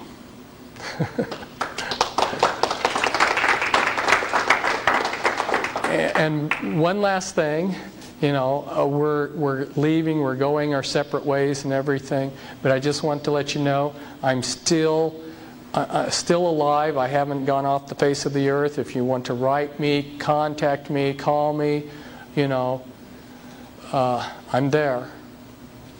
So I wish you the best. You want to take any questions, Chris? Yeah, questions. Now that I've wore you out. Repeat the question too afterwards. Okay. How did they get the reptilian eyes? She asked, how did they get reptilian eyes? I wasn't going to talk about this subject, but I don't have final answers on some of these things. I can give you tentative answers. One of the big programs that the Illuminati is carrying out is the creation of Nephilim. If we look in the scriptures, it says, as in the days of Noah, it would be like that today. In Noah's time, God wasn't being vengeful in destroying the earth. The earth was being corrupted genetically by fallen angels marrying with probably both animals and people. And in order to preserve life, God brought an end to the world. And today there's a lot of genetic experiments and the Nephilim being created that are hybrids. And this is a very important part of what the Illuminati is doing. And my guess is this relates to that. You talk about your lineages like your Rothschilds, and they have been intermarrying with what the public calls aliens, and so that these people aren't human as we would know human. They've been pretty thoroughly demonized. If we go back in time, the chief advisor to Queen Elizabeth I, Sir John Dee, he was a Kabbalistic black magician. He had gone to the continent and learned from the top Jewish Kabbalists black magic, and he was the chief advisor in the British Empire, and he created Enochian magic and the Enochian language, which the Illuminati, which are hiding behind the Jehovah's Witness headquarters, they use Enochian rituals. That's what the power of the Enochian magic is. The watchtowers. That's why they call it the Watchtower Society. But anyway, yeah, they get a laugh when they say Watchtower Society because it's got a double meaning. Got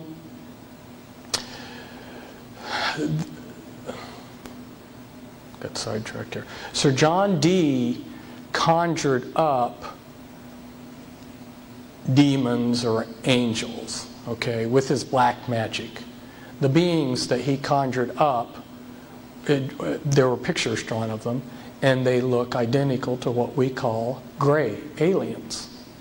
Okay, that tell you something? And then I visit with debriefing people that came out of high levels of the Illuminati, and these different types of aliens are participating in Illuminati rituals. I could go on. The bottom line is I have concluded that there are no good aliens.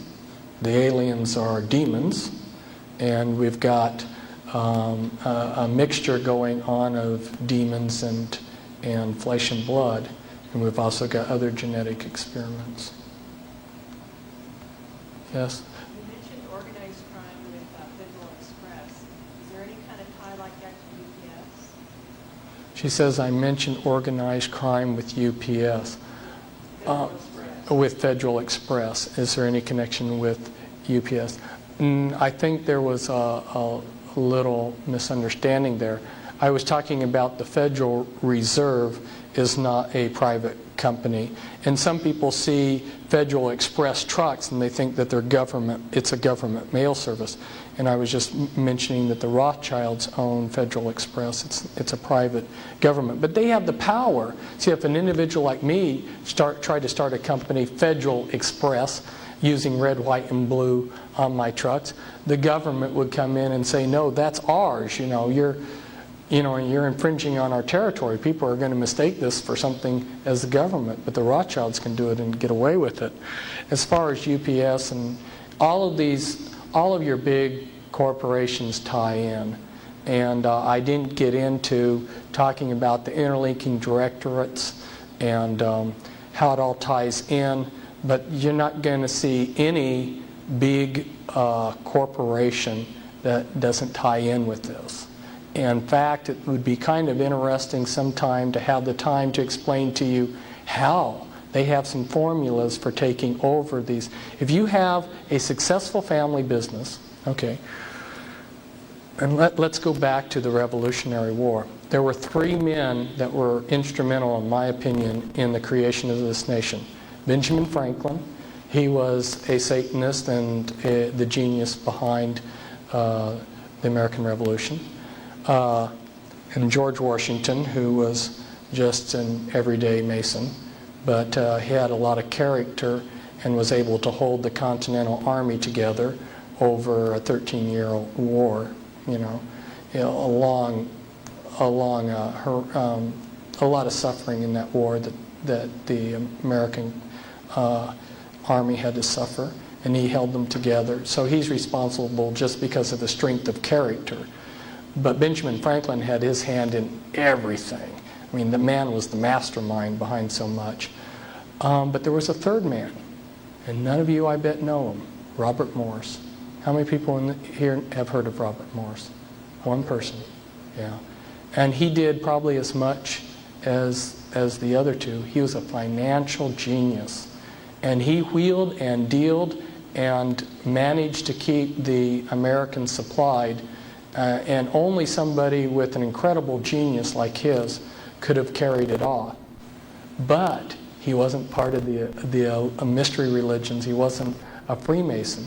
So after the Revolutionary War, they took him down, and he ended up in prison. He ended up in debtor's prison. So if you look at what they did to him, what they do is they'll take family-owned businesses and they'll promise you the moon. They'll say, hey, you got this great business? We'll make it even better. We'll loan you all this money. And they'll get a person in over their head, and then wham, before you know it, they're running it. So they got some specific tactics that they use when they see anybody like Howard Hughes or Robert Morris, who's a genius who's going to make it. They step in with their tried and true tactics. That's why I want to get out there and talk to people, because people started noticing that they just keep doing the same things over again, these tried and true tactics. Then maybe somebody might sidestep them for once. Do you fear for your life? No. Just wondered. Oh, I'm supposed to say the question over the mic. I was asked if I fear for my life. No. That's the short answer of it.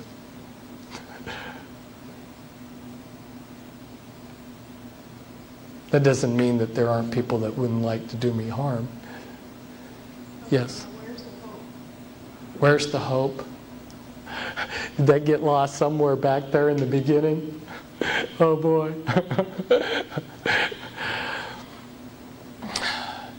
God can take all of this evil and turn it towards good. The scriptures say that all things work to good to those who love Him. And I get repeatedly traumatized. Satan traumatizes me and tries to hand me lies every day.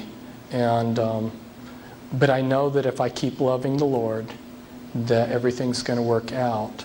And I believe that if you've ever watched a pair of fencers dueling, and if one of them gets a mark on his cheek, it becomes a badge, sort of like of honor. And I believe that the glory when we're in heaven is going to be retroactive, and all of these battles that we fought are going to be seen in glory. The glory is going to be retroactive. And I believe when I'm in heaven, I'm going to say I was always in heaven.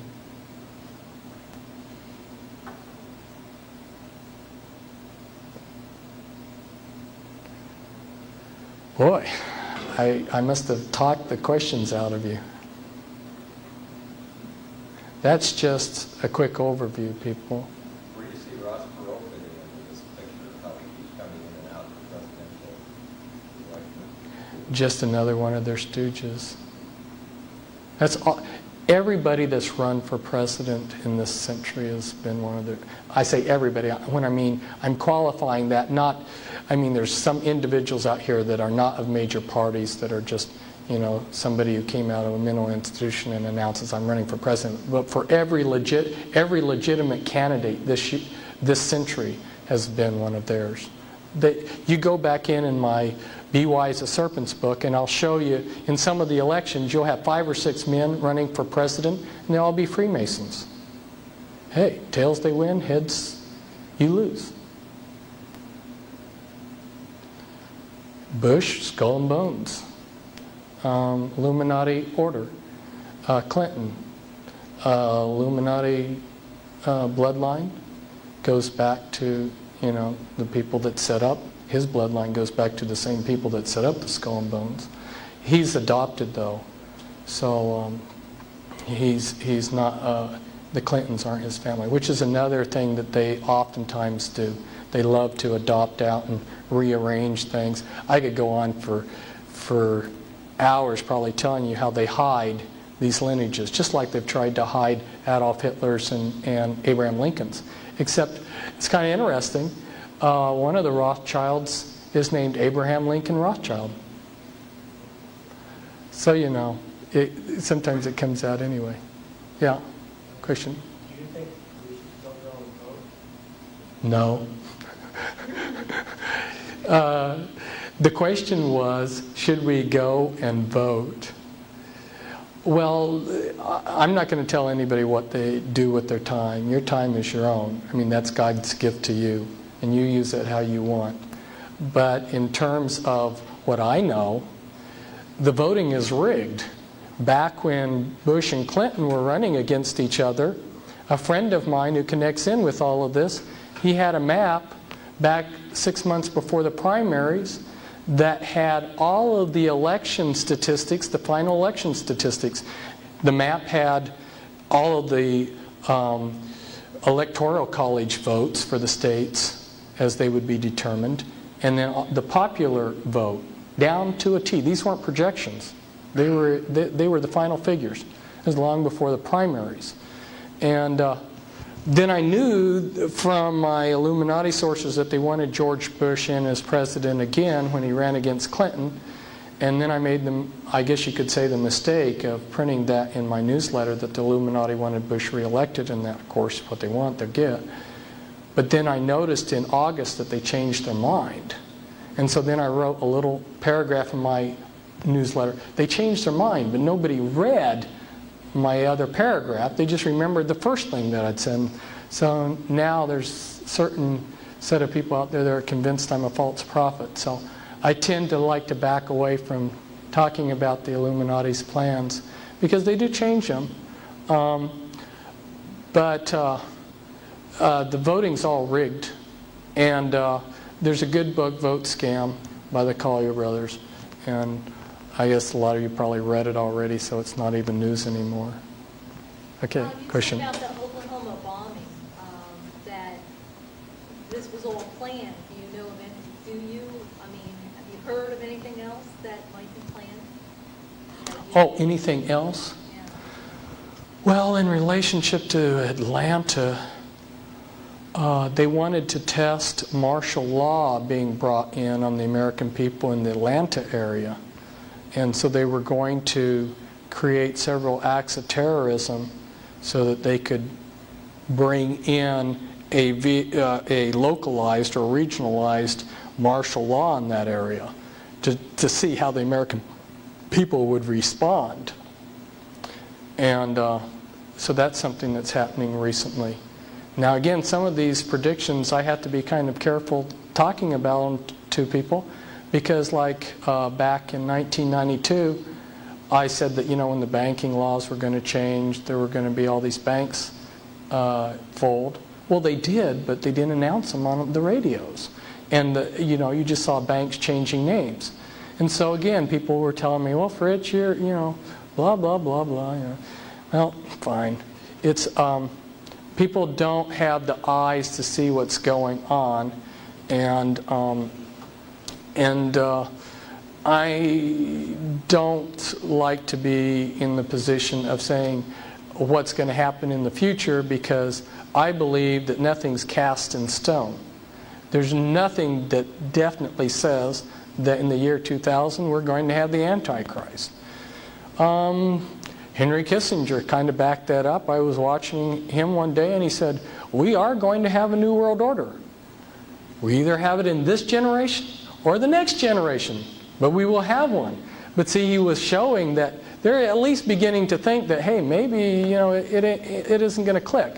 And see, Satan's double-binded. Talk about the hope again, okay? This is another aspect of the hope part of it.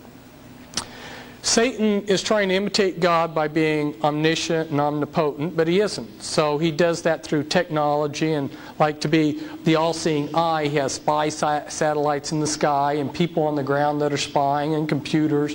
So he's trying to use this vast array, this big mechanism in this world system to control everything so he seems godlike and all-powerful. Well, people like me are throwing sand in that equipment. It doesn't take a whole lot of sand in a piece of equipment to slow it down or bring it to a halt. He is double-binded, and the double bind that Satan's in is this. At some point, God's going to say, you can have it, Satan, run the world. Now, he's got to get all of his ducks and all of this intricate equipment lined up running smoothly and perfectly, or he's not going to run, the New World Order's not going to run for him. So he's double-binded, and he's not telling his minions, his slaves out there, how things aren't coming into line. And there's some pretty powerful people out there that are doing things on our behalf. I don't know if you heard about the renegade computer group with the Cray computers. You did, good. Did you hear about, let's see, what was something, did you hear about the Freemen being freed? The Freemen got what they wanted. The Freemen, that they had this long standoff. They got what they wanted, which was a court that was not part of the corrupt American judicial system, but was set up common law venue. And they got that and got free. Got exactly what they wanted. About it, oh, the newspapers aren't going to tell you anything.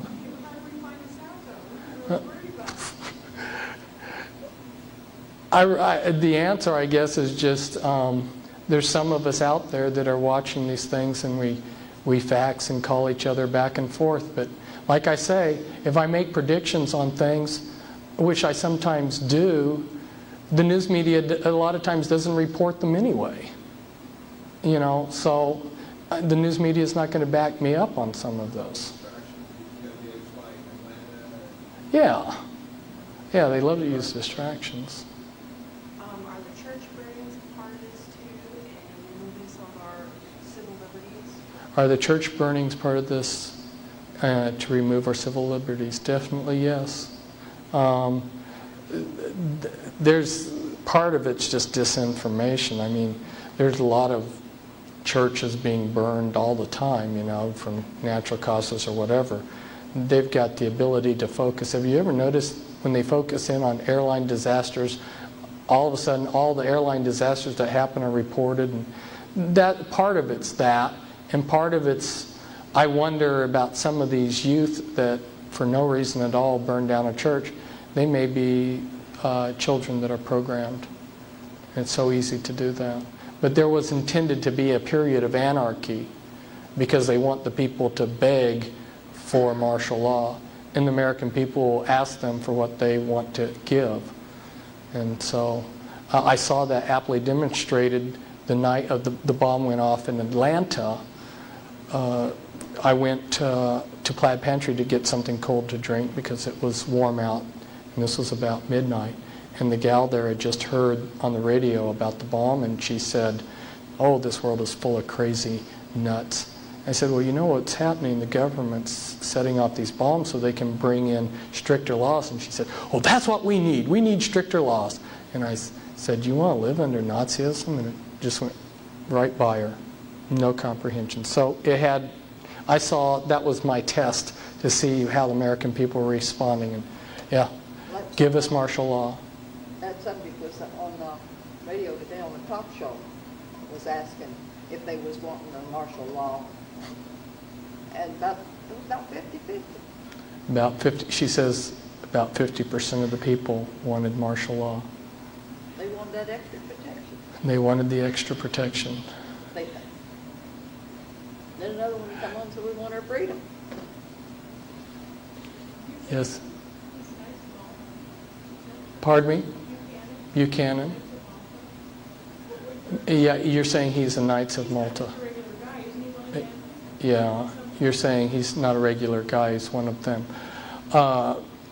Yeah, the National Council, what is that, NCC? That ultra-conservative Christian group that Buchanan's, the 5 people underneath him in his campaign are from the NCC, which is a National Christian Coalition. Yeah. It's controlled opposition. If you look at who they are and what they're doing, it's controlled opposition. The Illuminati sets up their own opposition.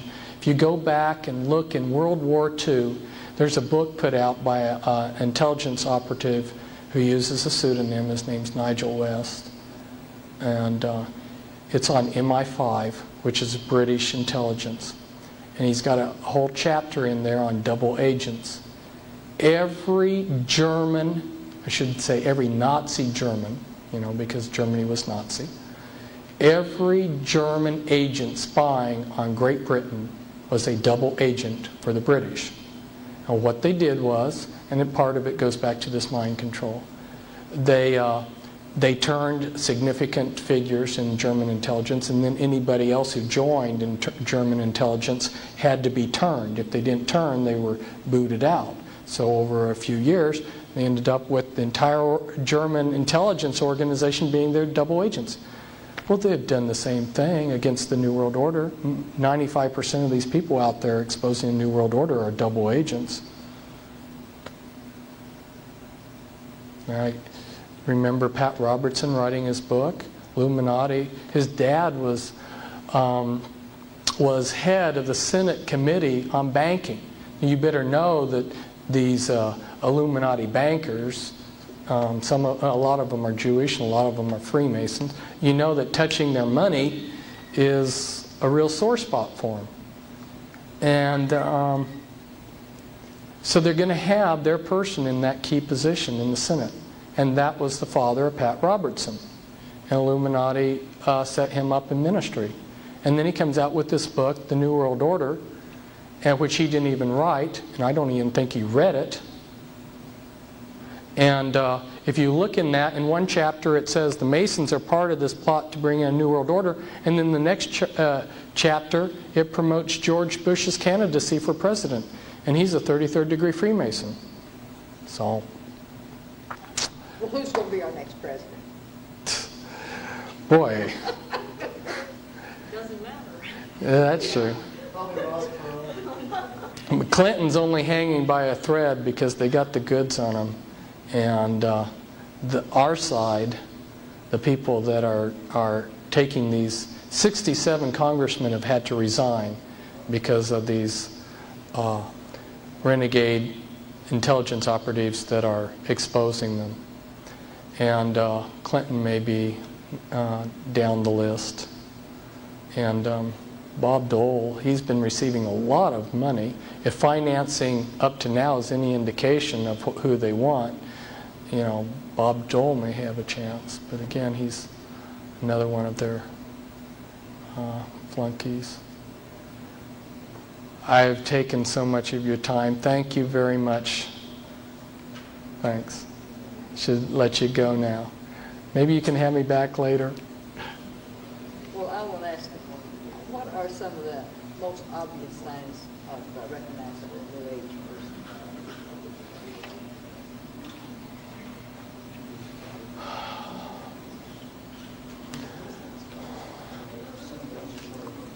A New Age person. Well, Is it their fetishes or the things they worship for? New Age is a broad term, and New Age has just become our culture. So if they're a normal American today is pretty well steeped in New Ageism. New Age concepts use holistic health, witchcraft practices. You might see it's jewelry, like Ankh. The way they talk, they want to protect nature, a radical environmentalism, the acceptance of anything and everything, especially minorities like gays and things like this. Let me ask you one last thing. You think that they'll make the economy collapse right after the election?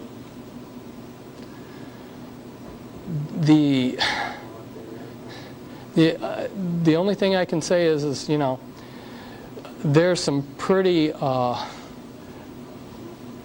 respectable people on their side of things that are saying that it's going to collapse soon. But I've been watching the economy since Carter administration, and I've been yo-yoed back and forth so many times that this was the final crash, like Black Saturday, and I thought, well, back, what was that, in 1987, yeah, exactly. I thought, well, this is it, it's going, but it didn't. So right now I've just gotten to the point that when they want it to go, they'll let it. I'm surprised it's lasted this long. Well, they'll have to bring in another war to bring it up. It's ready to fall. There isn't a whole lot. Well, we know that there'll be anarchy on the earth, before the one world order comes into place. Yeah, They'll use that so they can come in and take over. yeah. I just got a feeling it'll be pretty soon. Maybe after the election, maybe a year or two down the road. I just want to take it. So, got a high likelihood.